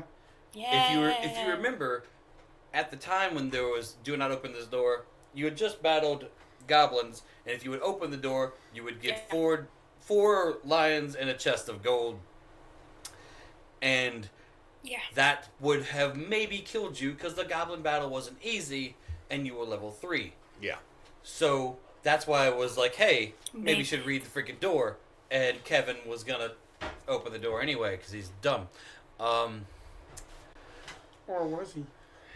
He became less dumb after infected. That was before he was. Yeah, he was infected in the octopus room, right? Before you get When he first went under the water. Jed, he was. The fun stuff is Jed lets us all know after a certain point what he was doing, and because I couldn't hear none of that, DM, and it's like we won't play on this, son of a bitch. Yeah. There was so much like, as soon as because. The tadpoles are supposed to change your personality and everything. Kevin came back. He was not as dumb. He just didn't know he was magical, and he immediately was sexy because his studly armor. Not just the studly armor, but because he put his extra point into charisma, and was. So you're telling me he came out with a Fabio hair toss and was slightly more buff? He came out, and I distinctly remember describing him taking off his shirt and having ripped abs. Yeah, I remember. And posing like Zamora. John Stamos. Oh god, damn John Stamos. I think Zamora got a little flushed with that. But there were moments Moving immediate if you look back at the scenes. Anyway, so cutscene: 3 lions, 2 people, 1 door no longer locked. The lions go first. They run in and pounce. Yeah, it's me. Yeah, of course it's you. You're closest. I punched one of them repeatedly. Yeah, and she's at the door. Like, there's not a. Where'd my lions go? Oh no! Why they attacked the black cat? I forgot you were black. I don't see color. I don't see color. But you know that my brain had went, wait a minute, I am not playing Clover. No, literally the only reason I picked that is so that the freckles that are supposed to be like starlight would be brighter. I think that Ward and Clover would just knock it off with a hoot. That my Tabaxi Astro Monk. My thing is that Ward has not figured Ward out yet because I've played him 1 game. If I ever return, if Ward don't die, Ward might come back. I like him. 17 to hit? No. Okay. I've got 2 that miss you completely and 1 that hits. 19 is the magic number. This is a 21 to hit. Yeah, totally. Okay. If it's above So- 19, it's a magic number. Yeah. So I got one that hits, two that miss completely. So 2 run and pounce, and they crisscross and miss you, and 1 gets you straight on. Does it bite me like in an arm or the leg? Or is it a claw attack? It was a pounce on. And okay. That's yeah. So we're rolling. contested. I'm doing a D8 and a D6 for the damage, Okay, do I need to roll to see if I'm grappled? and we will do a contested grapple. Yes. That's 12, not 8. That's 8. Dang. How much damage? The one being pounced It's just- upon I got a gets D- to I got choose 6 off of between D6, I got athletics 7 and off of D8. acrobatics. So Nice! I know, right? And the one doing the pouncing is strength for the contested check. Yeah. So 13 plus what is it? 3. So 16 damage total, and then we do. All right. 18. We got like a 9, man. You're good. You could bust right out of it. So as it hits Ward is going to Yeah. definitely acrobatically shift Cirque du He Soleil. does some awkward kung fu monk type moves. No. Like I an do. airbender, just I kind of don't- moving out of the way. You know what? Of all the bending styles that could possibly be out there, I do not believe airbender is Ward. I believe it's closer to water, or probably, let's be honest, because of how he acts, mud. The swamp bender. He's a swamp He's bender. a swamp bender. He's an Irish-speaking swamp bender. Either way, he kung fu's his way out of the grapple, but does have a bit of a scratch and a. Ow! And they kind of flank in and are just looking at you like, oh, you got to get it. All right. Your turn. I'm gonna look over at you. I'm swarmed. You do have, like, because they're not all the way around you. They're just in front and on both. Yeah, but if I Angles. move, I take a attack of opportunity. Yeah, times 3. Times 3. I'm If- gonna look y'all at have, you. Y'all have team initiative. If I she gets the have door a open, you just do recommendation disengage for and you to book do. it. That monks can spend a key point to actually disengage. Yes, I know. Step of the wind. I also have 2 attacks. So I'm going to look at you, Zonia. Is the door open? She's going that Zamora is going to use her action to open up the door. Yeah, it just swings open. But I still have a bonus action, so going to move that spiritual weapon over to like one of the lions and then boop it off my friend. Okay. Does a 12 hit? AC is 12. Okay. Damn! That was low. This is the problem when you throw beasts at a party. Yeah, it's just a lion. Yeah. Like, look. Min damage for 6 magical bludgeoning. All right, it takes 6, and it's pissed at the. What is it? It is just like that her Fist? The hand? that or all it is just that her magical orb that has been up in her tail this whole time, then that's Okay. what her spiritual weapon is. All right. Okay, so it's mad at the cat is mad at the floating ball. I'm going to hit the cat that's mad at the floating ball. Oh man, it was just gonna swat at the ball. Okay, sure. Guaranteed 22. You hit. Yeah, you hit. You hit with 10 to spare. I have a plus 11. I know. I'm This just is the saying that highest there- attack. Okay, I look, Jed, guarantee you hit. give me this for a second. This is the highest attack bonus I have ever had as a character. And I'm just saying, as the DM, hit. That is a 6. That's 13 magical bludgeoning. I'm going to need it to give me a strength save. 21. Fuck, never mind. It's not. It takes the damage, but it's not knocked prone. Yeah. That's another 2. So that is 15 magical bludgeoning. Okay, so 13 to 14. 25. Yeah, how you want to do this, man? Wait, on the first attack? The second time it got hit, Uh-huh. you gave it 13 damage. The first time I hit, I did not give I have not given damage for the second attack. I was saying that's what it was to hit. Oh, okay. Sorry, I thought. And then I rolled. Wait, I did roll. So 13 plus 7. Okay. How much did you hit it for? I hit 6? it for 6. Okay. How do you want to do this, man? Because it's the stone giants thing, I punch it and it flies 10 feet away. And I'm going to look at the other 2 lions. And I am going to let out a guttural... I hope to God this works. A guttural, jaguar-esque... What kind of cat are you again? I thought it was more cheetah. I'm kind of panthery. I'm solid black. Okay. Kind of jaguar-y, I just remember panthery. for some reason I had imagined you more of like You a black gave me cheetah. you gave me a cheetah printed mom, which works because who wears cheetah printed leggings? Moms. Moms. Specifically black moms. You know, He's not wrong. Jed, you're not wrong, but it coming from you in this split moment, you only get like so many points. Hold on, I'm gonna make an intimidation roll. Yeah, Okay. That's a an 18 plus 5, so 23. I'm gonna look at them.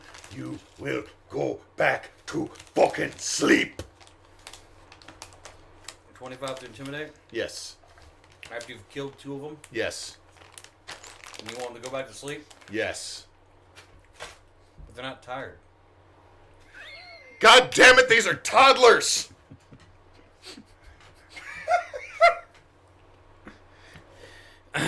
You will go back to sleep. However, But we I just rolled a want to- 25 and I've killed 2 of them in front of them. No, it's a solid roll, and I love. Hold on, 1 second.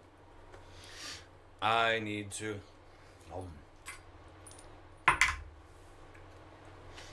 Please tell me one of them is all about this nonsense. That was not even a D20. Oh my god.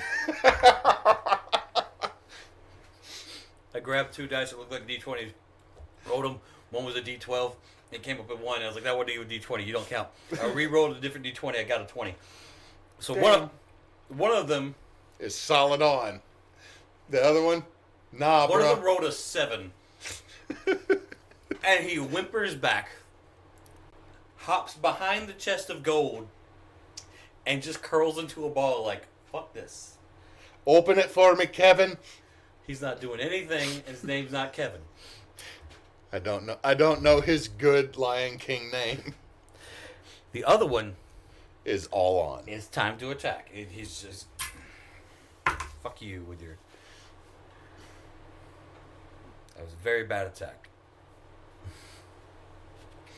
Does an 8 hit? No. So the other one just like, he reaches out and swats at you, missing completely. Hey, Leroy, you want to reconsider some life decisions? Wait, hold on. He should have 2, shouldn't he? If he's not doing the lunge. It's not that he has 2. He has they don't have 2 attacks. They have 2 different types of attack. They also have pack tactics, pounce, and running leap. But the I swore lions had a multi-attack. the pack tactics isn't helping here at all because I rolled a 4, and that's less than the original 6 that I rolled to attack you. So he just misses and roars. I look over at you. Zonia? My name is Zamora. Sorry, I said the wrong character. Zamora?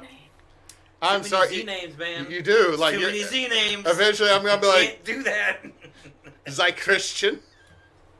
I'm going to look at you. Do you want me just to handle this and you open the box? Spiritual weapon against the lion. Okay. That's going to be a filthy 20 to hit. Yeah, you hit it. Dirty, in a dirty And way. then that's going to be 10 bludgeoning. That's 10. And then that's going to do a firebolt at this lion. You know what? I'm burning my level 1 ability to increase that so I can hit. The 2 of you start to hear loud cheering roars So I coming from basically... the bar. See that that's 11 plus 3, that is a 14 to hit. You hear, fuck yeah, burn that lion. And then the firebolt is a D10. Yeah.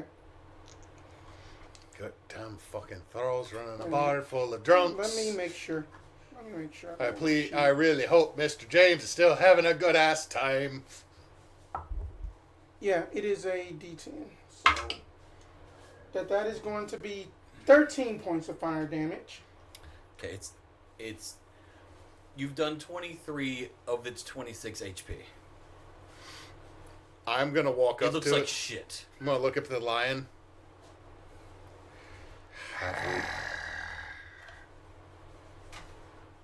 It's not even like a full. It's like the Bruce Lee 1-inch punch, but it's a slap. Second attack. First attack was a 13. So like The first attack would hit. First attack. the first Oh, attack would would it? hit, What did yes. the first attack? AC 12, man. AC Okay, I 12. thought it'd be like no. Bop. That's another 11 fucking damage. It's gone. It's I gone. just slap it, And it just hits the ground. walk over to the other lion that's hiding behind the box. Hey. It's curled up like it's sleeping, but you know it's not sleeping. Hey, honey. Honey. Honey. Why don't you come with me? You told it to sleep. I'm going to look at it. I'm going to lay down. Come with me. I need a friend to find my dad. Roll animal handling. Ah, With your bullshit. one! With your bullshit. Former pet cat. With With my the new one. pet cat. With my Really? 1 for a 3. With your bullshit trying to convince a beast to be your pet cat after killing its 3 family members. And you're just gonna be like, oh, come with me. Jed, I did befriend a goblin in game 1. Going- I don't get to keep my goblin friend ever again. Do not. And I tried to make a lion That's right. friend. He's and my I goblin now. Going to look. Thanks, Mom. Going. Thanks for that- stealing my goblin they're friend. They're going to like look at the lion and just going to be like, it would just best be advised if you just let us just open up this chest, and then that you see that that's smoldering. I guess your brother or sister.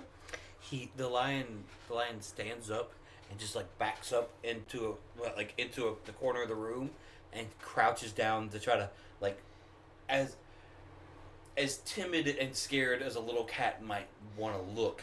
But it's like 100-pound But it's- juvenile and- lion. Yeah, and it's like trying to hide in the shadows of the room. This is like, a Dover. Okay, Will y'all this- just take the treasure chest and leave this poor thing alone? We Either that or are, put it out of its Neysa, we misery. are. Good However, God. Jed is describing Somebody has Scooby-Doo a trying to tadpole in hide. them soap. I am.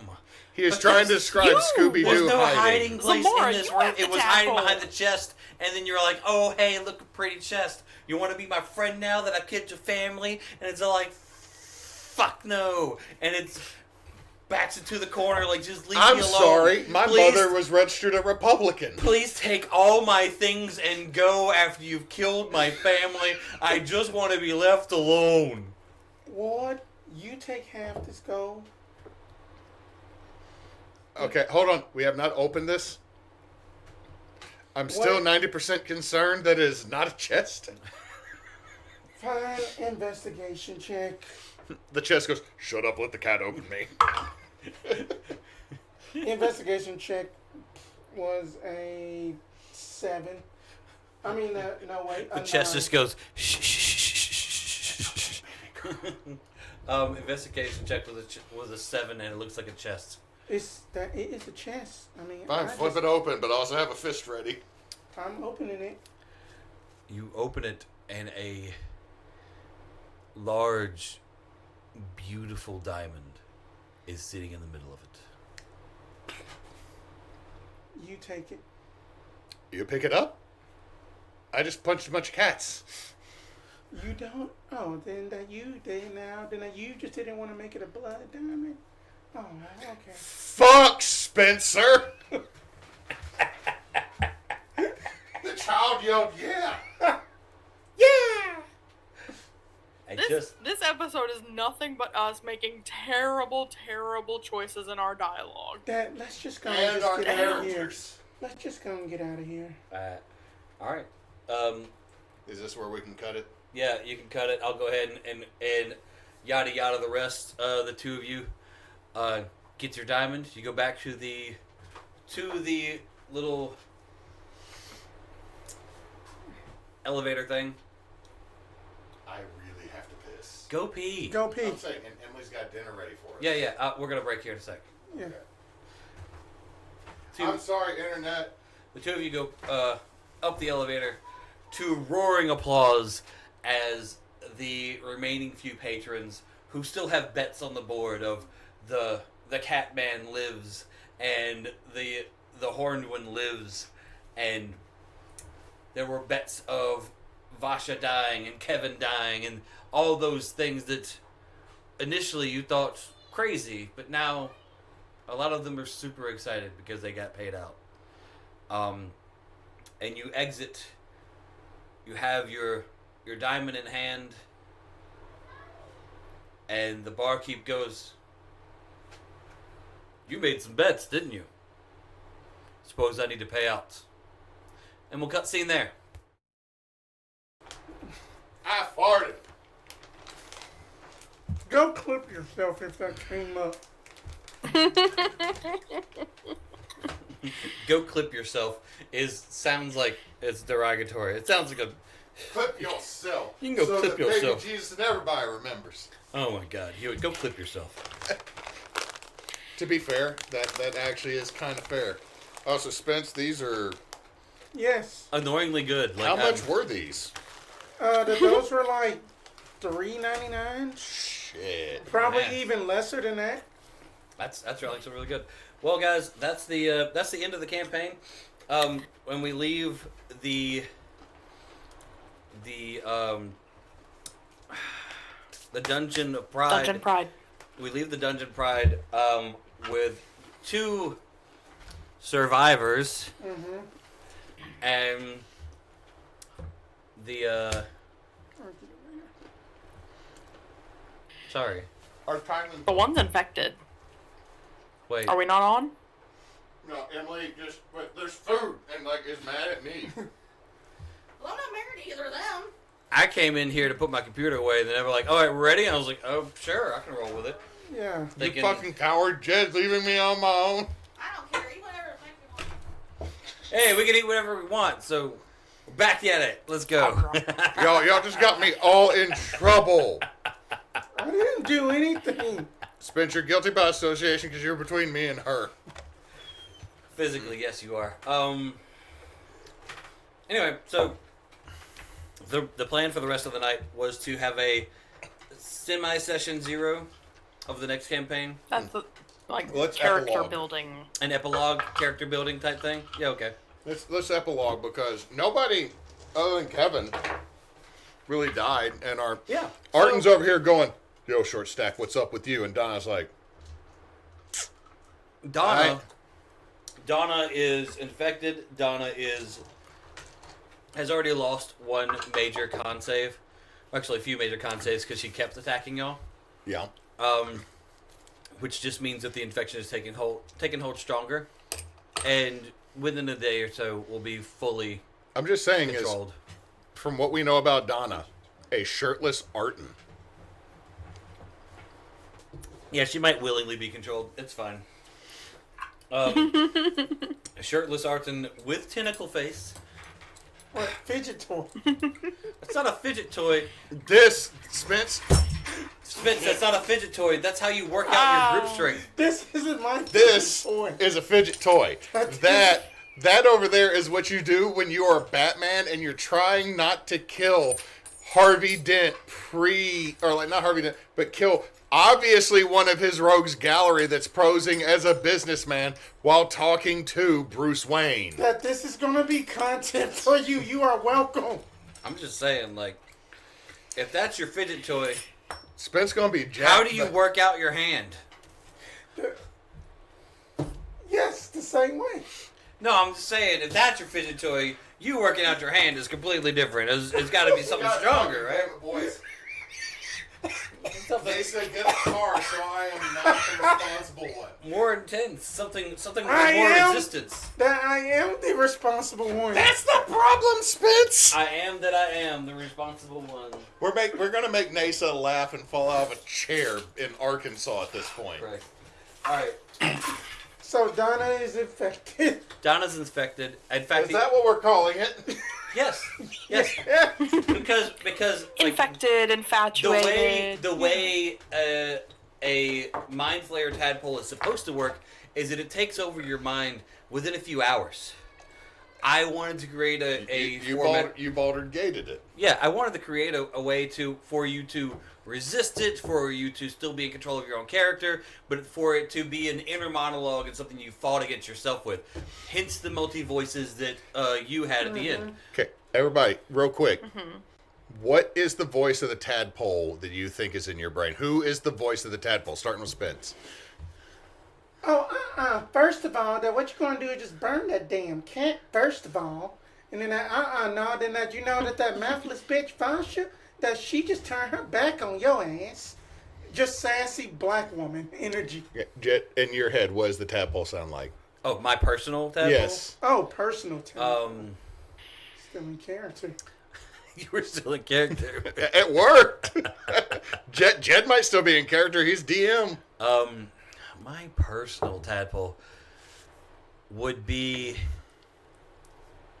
a very overbearing father type figure who leans in when you're about to do something like, "Now, son, are you sure you want to do that? Hold on. It seems ill-advised." Is it voiced by John Hamm, though, with his silky smooth hands? No. Oh. No. Because I would just submit to those things. Come put your hands on me, sir.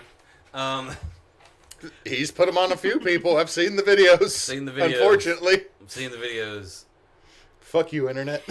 But no, the idea of a conscience, like, just, not that I don't have a conscience, but a conscience that you could hear that's like overbearing and very convincing.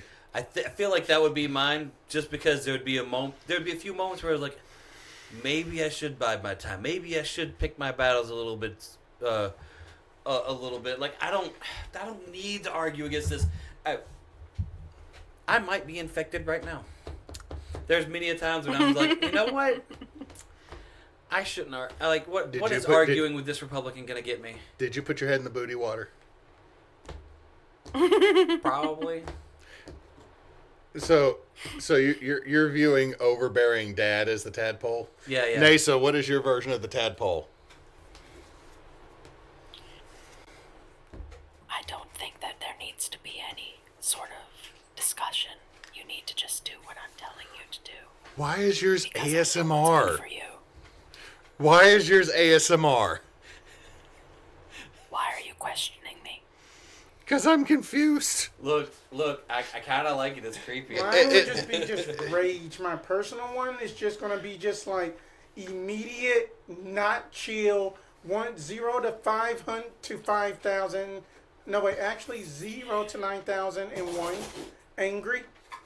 Mine is whispers, because when I play Hellblade: Senua's Sacrifice, the voices that the psychotic character hears that whisper like this are always more, I pay more attention to those. Like, they intrude better, so that's why. It's a 50-50 shot on what is the voice of the tadpole in my head is, well, now, you decide to make a bad decision. Much like Andy Dufresne did when he went into the boiler room. It's just Morgan Freeman in the back of my head, or David Attenborough. Just like... A David Attenborough tadpole would be funny. That'd be great. The monk decided to venture forth into the grasslands, and that was not a smart decision. I can't do a David Attenborough. It's just that... No, I can't either. But just like David Attenborough doing a nature documentary of your life as the tadpole in your brain, I think is the best way to go into brain rot. I just feel like that the voice of mine will probably be like an angry Tony Todd. May he rest in peace. So I guess the next part is what do each of us do, Jed? Is that what the... Yeah, I guess. I mean, the whole reason he was good with Zamora peacing out and leaving was that he can, the hive mind aspect does give him a good lay of the land outside. And this is like an immediate, okay, I kind of have a spy out there for right now. And if, like, because you're still resisting, if you decided to somehow get rid of the tadpole in one way or the other, that he had that spy for that time. Mm-hmm.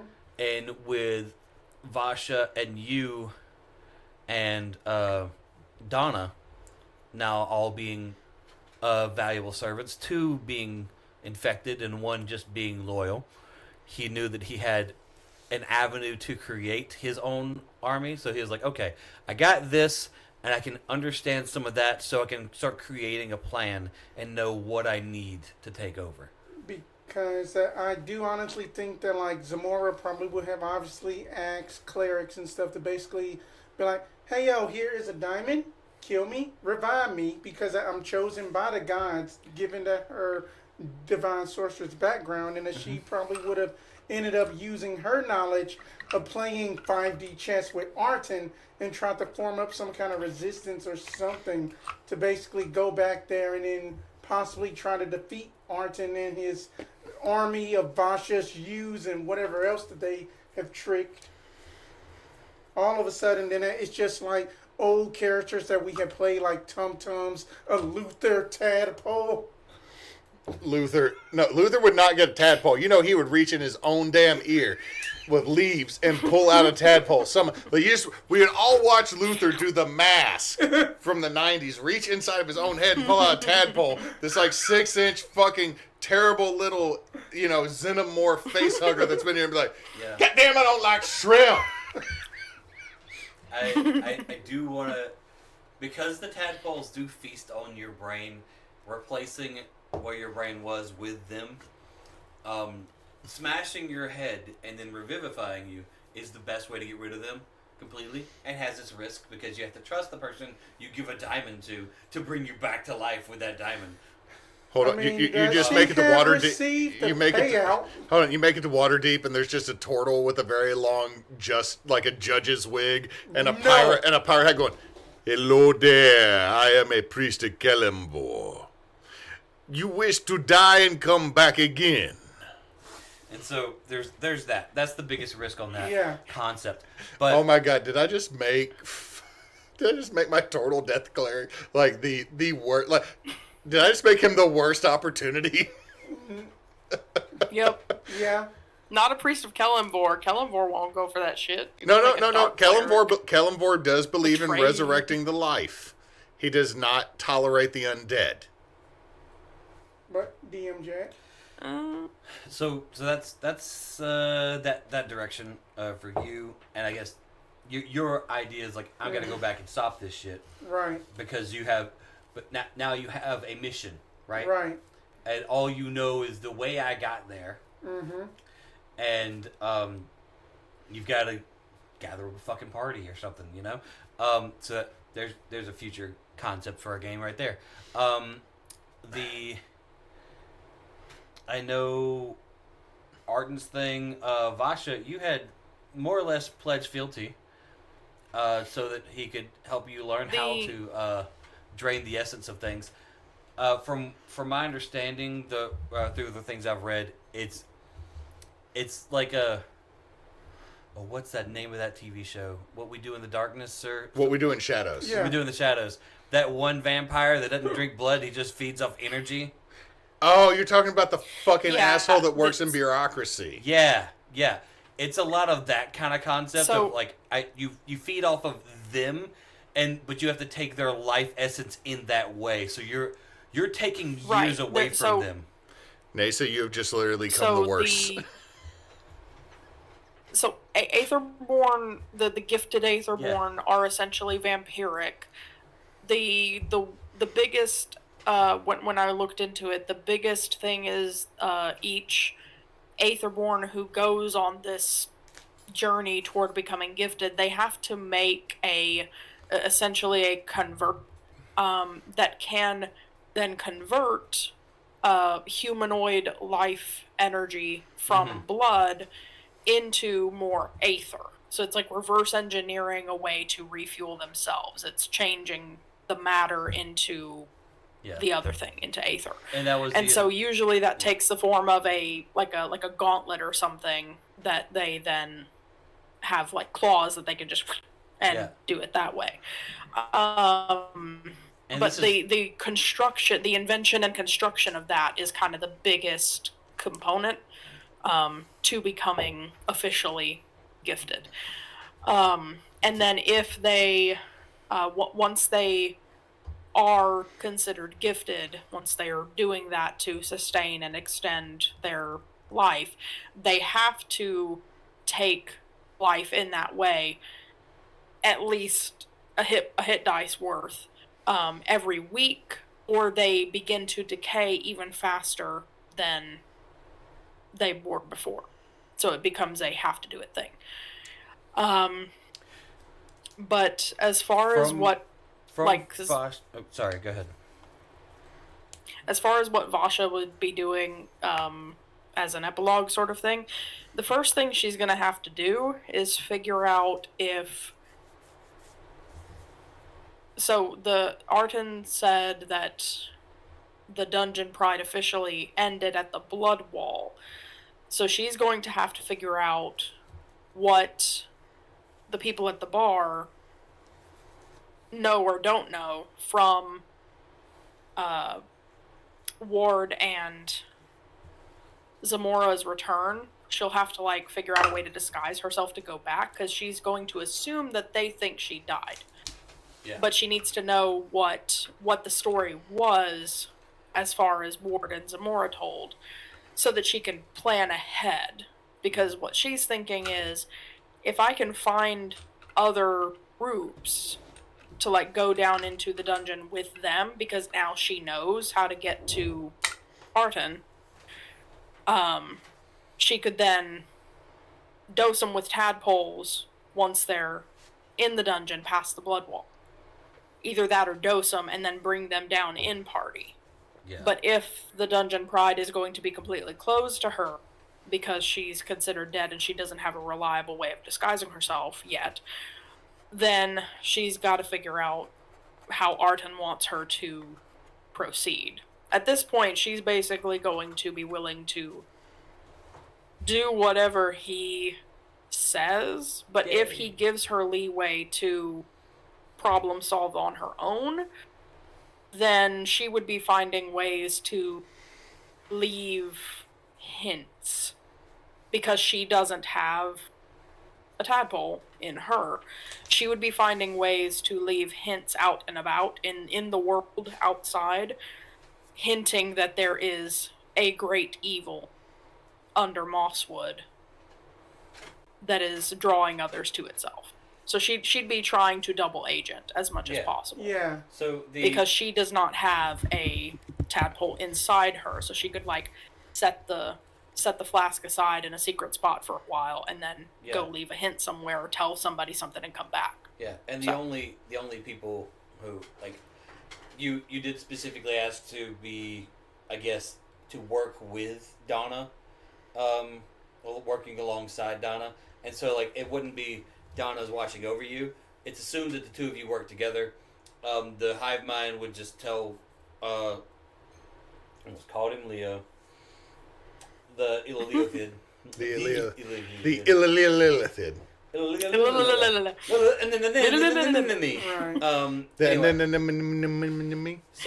it would just tell him what was going on.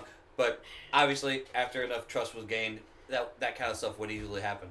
Go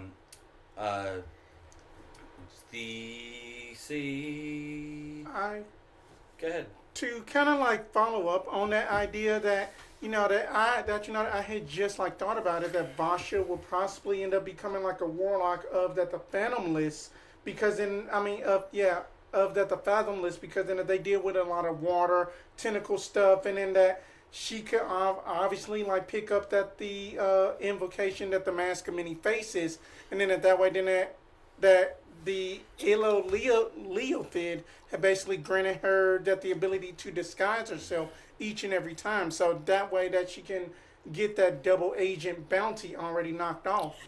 She would probably need to have like a bandana type of mask though, because even if she's able to disguise herself, I think it would be.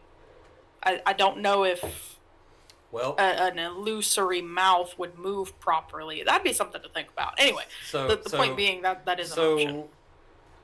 Vasha, who is disguised and has a mask on, and in the same Donna, who is from this town and is presumed dead, would also be disguised and have a mask on, are now going to go and try to abduct people who are probably not going to be missed from and not from this town. Let's say people who were travelers or immigrants to the town, just abducting them in the middle of the night. That is a very very icy action.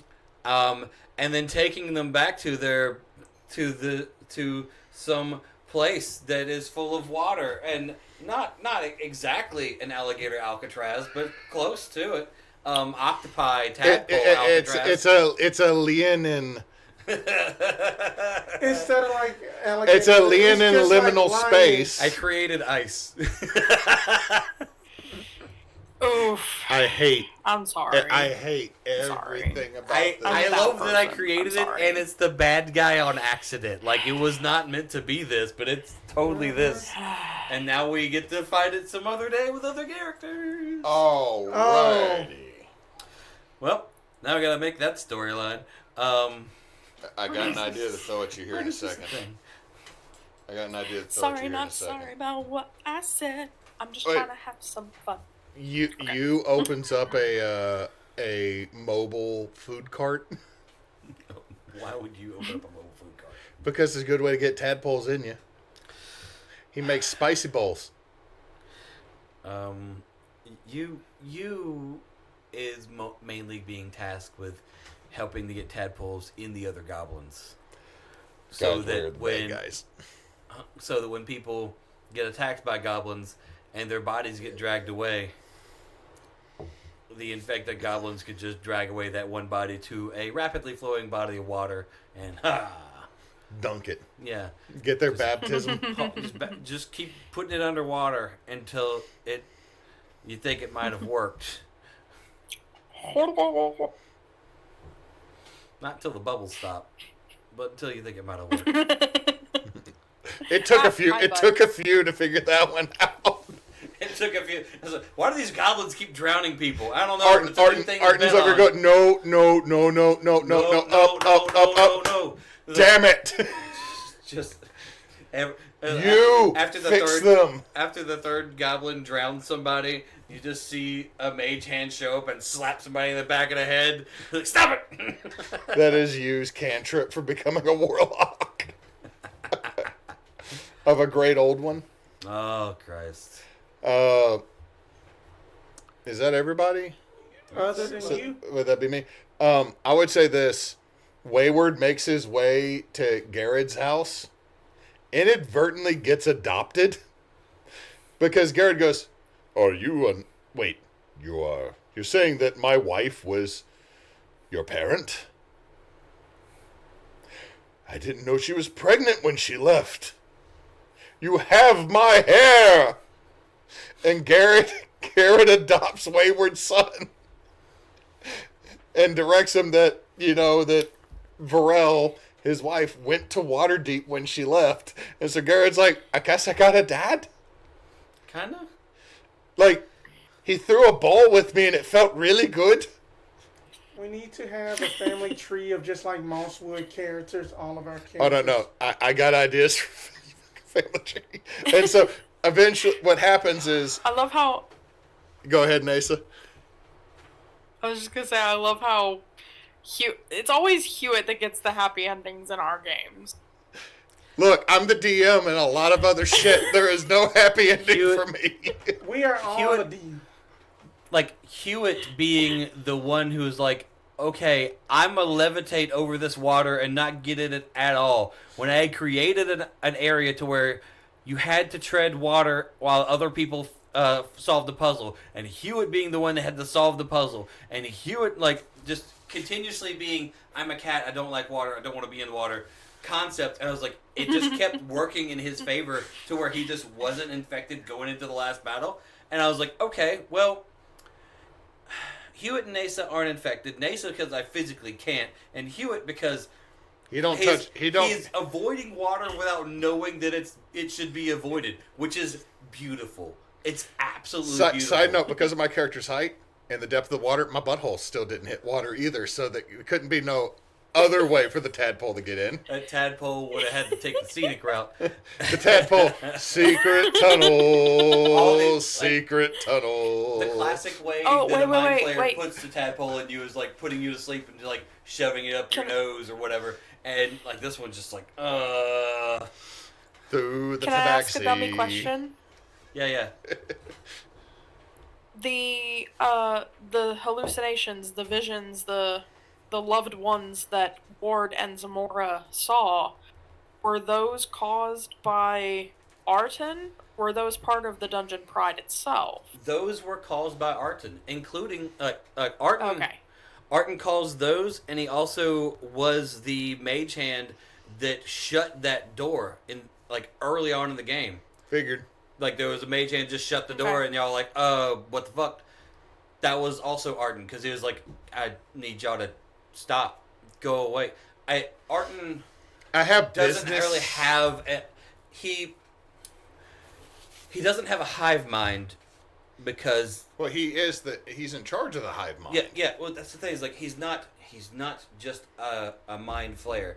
He's a lich mind flayer. So it's different to where he's not in nothing's in charge of him. He's separate. What's that other version of a mind flare? The one that's slightly bigger and all white. That's like a mind flare that like broke free of the great brain. Mhm. Yeah, that. The one that has like a way harder CR. Yeah. That guy. However, I will say this: y'all both know and Neysa, y'all know the worst version of a mind flare to run into, right? Yeah. Yeah. The tadpole that never went into anybody and ate a whole pool. Yeah. I didn't know what.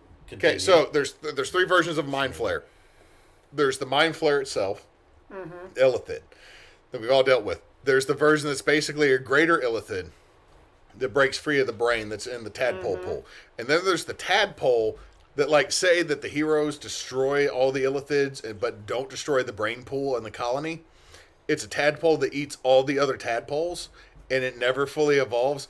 It's like the worst version of a fucking Blastoise. So the thing you're thinking of is a mind flayer arcanist. It's got an I. It's got a different name. Oh, okay. It might be up in Vodos. It might be in Volos, but the also the version that never gets into a body and eats all the other tadpoles, I think also is in that one. That one's fucking mean, and I've never wanted to. Neysa, tell me if I'm mean or not. I want to bring in the Illythid version of an ancient dragon in a game. The one that carries You mean an Elder Brain Dragon? Elder Brain Dragon, yes. I want that in a game. I would rather face an Elder Brain Dragon than a False Hydra. The False Hydra has always just squicked me out something terrible. I've done the False Hydra though, Neysa. I don't like it. I love the False Hydra. That's in the Monday night game. I introduced Moulette, the triplet of the twins. I don't like it. I think so. Like I like the mind flayers as like there's like categories of like bad when it comes to like losing your bodily autonomy. Like lycanthropy, that's an easy enough fix. You get a cleric to hook you up and you're good. Yeah, but then you gotta give up then like you've your got immunity to damages.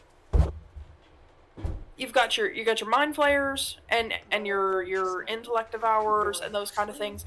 They're creatures. They're not just like a virus like rabies. They're actual creatures that desire life as well. So that it makes sense. It's no different technically than like a beast, like a lion or a bear, killing another thing to eat. But the false Hydra fucking with your memories. Between that and the silence from Doctor Who, I cannot. I mean, I hate them with a passion. I mean that Because too. that is the worst sort of loss of autonomy. I mean that To literally fuck with your memory. that as that someone that who has been on the same page as you, which just reasons that we won't get into right now about player autonomy and such. I think that mind flayers in general have basically are a very underutilized monster for like D&D campaign because everybody's just like, oh, the dragon, it's the dragon.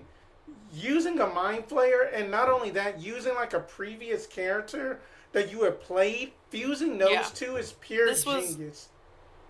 This was really good. Yes. Like as a concept, Arten as a mind flayer is fucking incredible. And then, I appreciate this. And then that it also breaks my heart, but I appreciate it. Because the thing about it is that for me, especially developing my version of this, since that this is the thing that we're all going with at this point, is that it's going to be some callbacks and hearts broken, and I think that is what just makes tabletopping being a great experience. Part of life, like I kept thinking of like what would happen. I was like, okay, so if these two, and I had heard stories of Arten and Erebos having like their hotel or whatever y'all gave them. I heard stories of that. It was like this makes sense. They had a life together.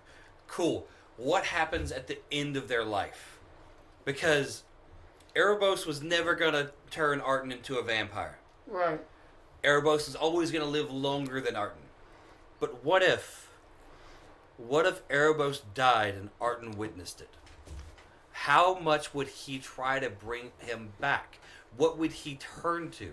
What does his knowledge give him? He didn't know any actual knowledge of magic or the occult, and so he just delved into it as far as he could, and he went too far, and he saw like, this will give me more power, this will give me more abilities, and it just he messed up. He had no one advising him, and now he is a mind flayer, but built off of this passion of like, I wanted to bring my love back and I couldn't. Tragic villain. Yeah, tragic villain concept, yeah. And then it's just basically how like all villains aren't necessarily started because no one is like innately born evil. Probably, yeah. I might argue against that. I've seen some individuals in our real life. Yeah, but I am just saying that just like from just birth until you start New Game Plus, aka 18. Yeah. Now, like, I think even sooner. So, as a breakdown, every evil person thinks they're doing the right thing for the right reason. Like that's the problem. This is why evil thinks it's right. This is why I'm not gonna lie. As a DM, more than once in a campaign, I have run a lawful good character as the villain. Yeah. It's just his laws are wrong. No. The thing is it's not that the laws are wrong. Like in the Monday night campaign. Yeah. The character that, because of course the Lafayette crew decided to push my wife towards the NPC I was running. Yeah. And eventually the 7 foot tall elf with the tiefling boy became a thing. Because in that game, because Emily was playing a 21-year-old elf who was like the way I... Stop. I don't like that. I don't like that at all. What? The 7 foot tall elf who's obviously hundreds of years old. No, with no. a tiefling boy. Can we just call it a tiefling man? No. A tiefling young man. Let me bring this like, up. Let me throw this out there. What happened is Emily was playing a high elf raised by the Finn in my Monday night campaign. Yeah. And the Finn was originally started as an orc shamanistic society, but they accept everybody in. And the way I run games so that we don't end up with some like weird shit like they're 150 versus you being like 20 is that all the species age at the same point till about 20. Okay. And then the longer lived species like plateau. Okay. But because of Lafayette, we stated that elves have basically a prolonged puberty.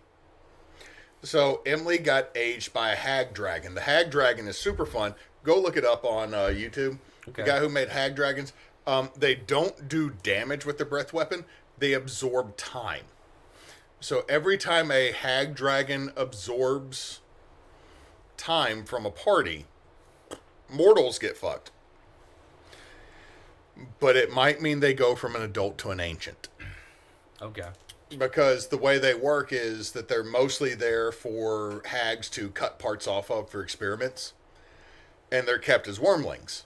And then they're allowed to absorb some time to heal themselves. But if they ever absorb enough time to become an adult. So Emily's character had to go through puberty. And I found a second edition. Hey, internet, never fucking go look at second edition AD&D bullshit, because as much as I love Gary Gygax for making the game I love fucking playing, a lot of people that thought like him were problematic, and half of the puberty chart was bigger tits. I'm not joking. So my wife's character rolled on the puberty chart and got height twice, and I said, all right, roll me a d6. So she went from 5'10" to 7 foot. The second time that she dealt with an additional age move forward, I decided to get rid of all of the bigger breasticles. Yeah. And her character came out sounding huskier, more mature. So she would have sounded. I can't do, like, if I do it, it's like, hey baby, how you doing? It's like, this is what happens when Dr. Girlfriend smokes more cigarettes. But her character got a little bit taller and had a huskier voice, even though both time Emily rolled on the bigger boobs chart. Yeah. Okay. And I got rid of that and all that. So here's Dreyfus, the NPC that's a half elven. He's a half elven tiefling. He's the illegitimate son of the previous religious leader and a cultist. And literally was whipped in front of the party. And I was like, they're going to let this dude die. No, they saved his ass and made me play 2 NPCs because they saved a kobold and they saved the tiefling boy. Oh, did you have to play 2 NPCs? I played 8. Jed, Jed, Sorry. look you're over here saying, play safe. Hey, Jed, look over here. Jed, look over here. Okay, This is the face I of think we're getting off track. No, we were supposed to be case- doing epilogue shit Anyway, and then going into yeah, character building shit. Anyway, it's the way that game worked is that Emily then stated eventually at the end of the campaign that yes, she did have a interest in Dreyfus. So here's all 5'8" of I'm a paladin that's all about righteousness, and then here is my giant elf girlfriend who will kill you. Okay. That's one of my favorite ends to a campaign, but more or less, I think with the way this campaign's ending, getting killed so you can get a tadpole out of your brain after giving enough info, totally becoming a vampire and serving along with your spawn warlock of you, got adopted and then went to go find his actual dad in Waterdeep. That tracks. Is slowly creating an army. I like it. I mean, that Zamora versus the Arten army. Maya he. Maya ho. Okay. You're not Anyway, going so to I get think that's the end of the Maya. stream, and then we'll all stay on for a moment to talk about the next campaign. Cool. Cool. All right, you're the DM, dude, so go ahead and do our sign out and all of our monies. Do the thing. Okay.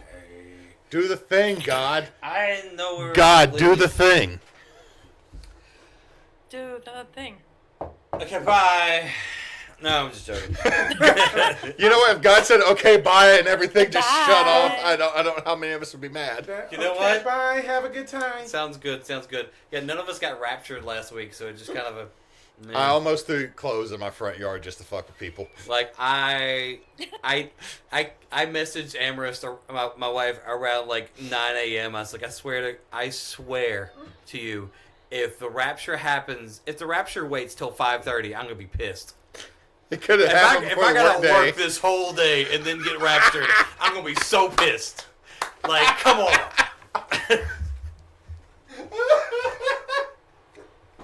We get up there, like, come on, man. You made me laugh so hard to tune it.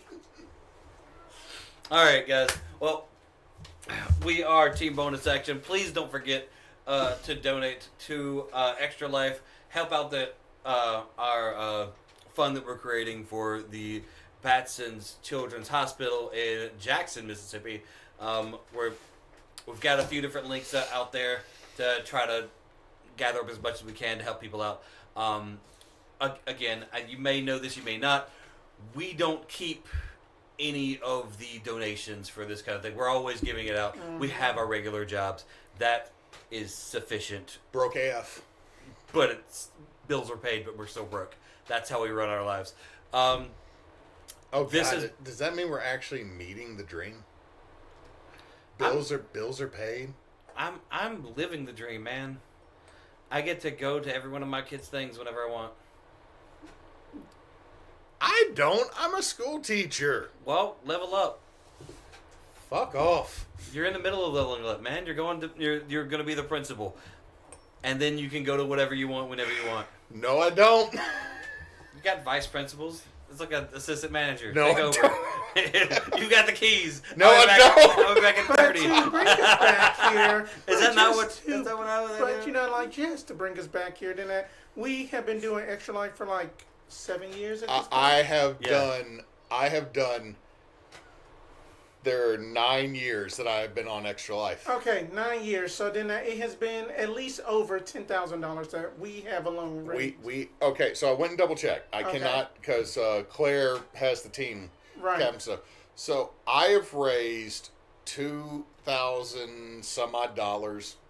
The team, last I checked, has raised almost $11,000. Yeah, so over Yeah. $10,000. So we're raising $1,000 a year on Which is average. good. More or less, yeah.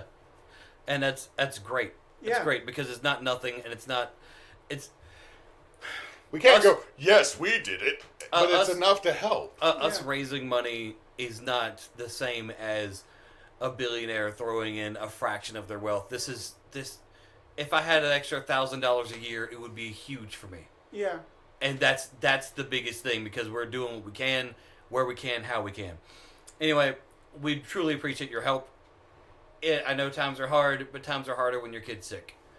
And so help out where you can, guys. That's what makes us decent human beings. Even if you can't financially donate, sharing any of our links Yeah. or watching our streams, liking our streams, supporting us individually and as a group, all of that is Huge. helpful and helps Especially- get our reach further so we can Especially do right that. now because Neysa's Huge. actually streaming every night and is still connected to the charity. So if you could donate to her while she is playing any of like the 8 games she is playing, dear Yeah. God, Neysa, I can't keep up with what Okay, you're don't doing. What don't are you get that. playing? What Don't are you get that. Don't get it twisted. I play Genshin on Mondays. I play Hades 2 on Hades Tuesdays. On Wednesdays, it's kind of a mixed bag of whatever I feel like playing.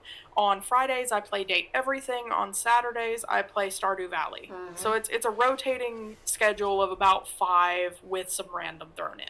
I play one game on Sundays, Neysa. You are playing 5 to 6 different games. Do you know how ridiculous that is to me that you are able to do that, you glorious individual? I am proud of you, and you keep doing what you're doing, because some of us are like, I am too tired at 7 o'clock to open up a game, internet. I would play Silk Song and beat my head over a But look, boss. the thing is Topher are going to try to get everybody to play. Peak. Yeah. Because to get everybody, Chris and I messed up so bad that the fog got us, and we're all freezing to death. And all of a sudden, I'm like, Chris, I'm going to die. And all of a sudden, hold me now. I'm 6 feet from the edge, and I'm just watching him fall deeper into the fog as he jumps off. I'm gonna have to get. Okay. So it Okay, starts off I'm quiet gonna- and gets I'm loud. gonna say I did try playing Peak, but it actually gave me like a lot of anxiety about the height. Oh, There's a it- big difference in like something like Assassin's Creed or Oh my God. even like Genshin Impact because there's like there's 100%. fall mitigation. You can 100% glide, you can do other things. 100%. With Peak you can't, and that really fucked me up. The 100% So I might that- not actually be able to play that one. 100% the new fall mechanic when they added the Mesa to everything as a random level. It made every level taller. And Chris and I failed the first level so many times. I just want to say, this has been the most Southern goodbye sign off I've ever been a part of. 100% behind this. That's on brand, man. That's on brand. All right. Sorry. Look, since Knox is not Sorry. here, Don't let let you your meatloaf. meatloaf. Love you, everybody. Comment, like, subscribe. Thank you guys so much for watching. Y'all take care. Goodbye. Hit the follow.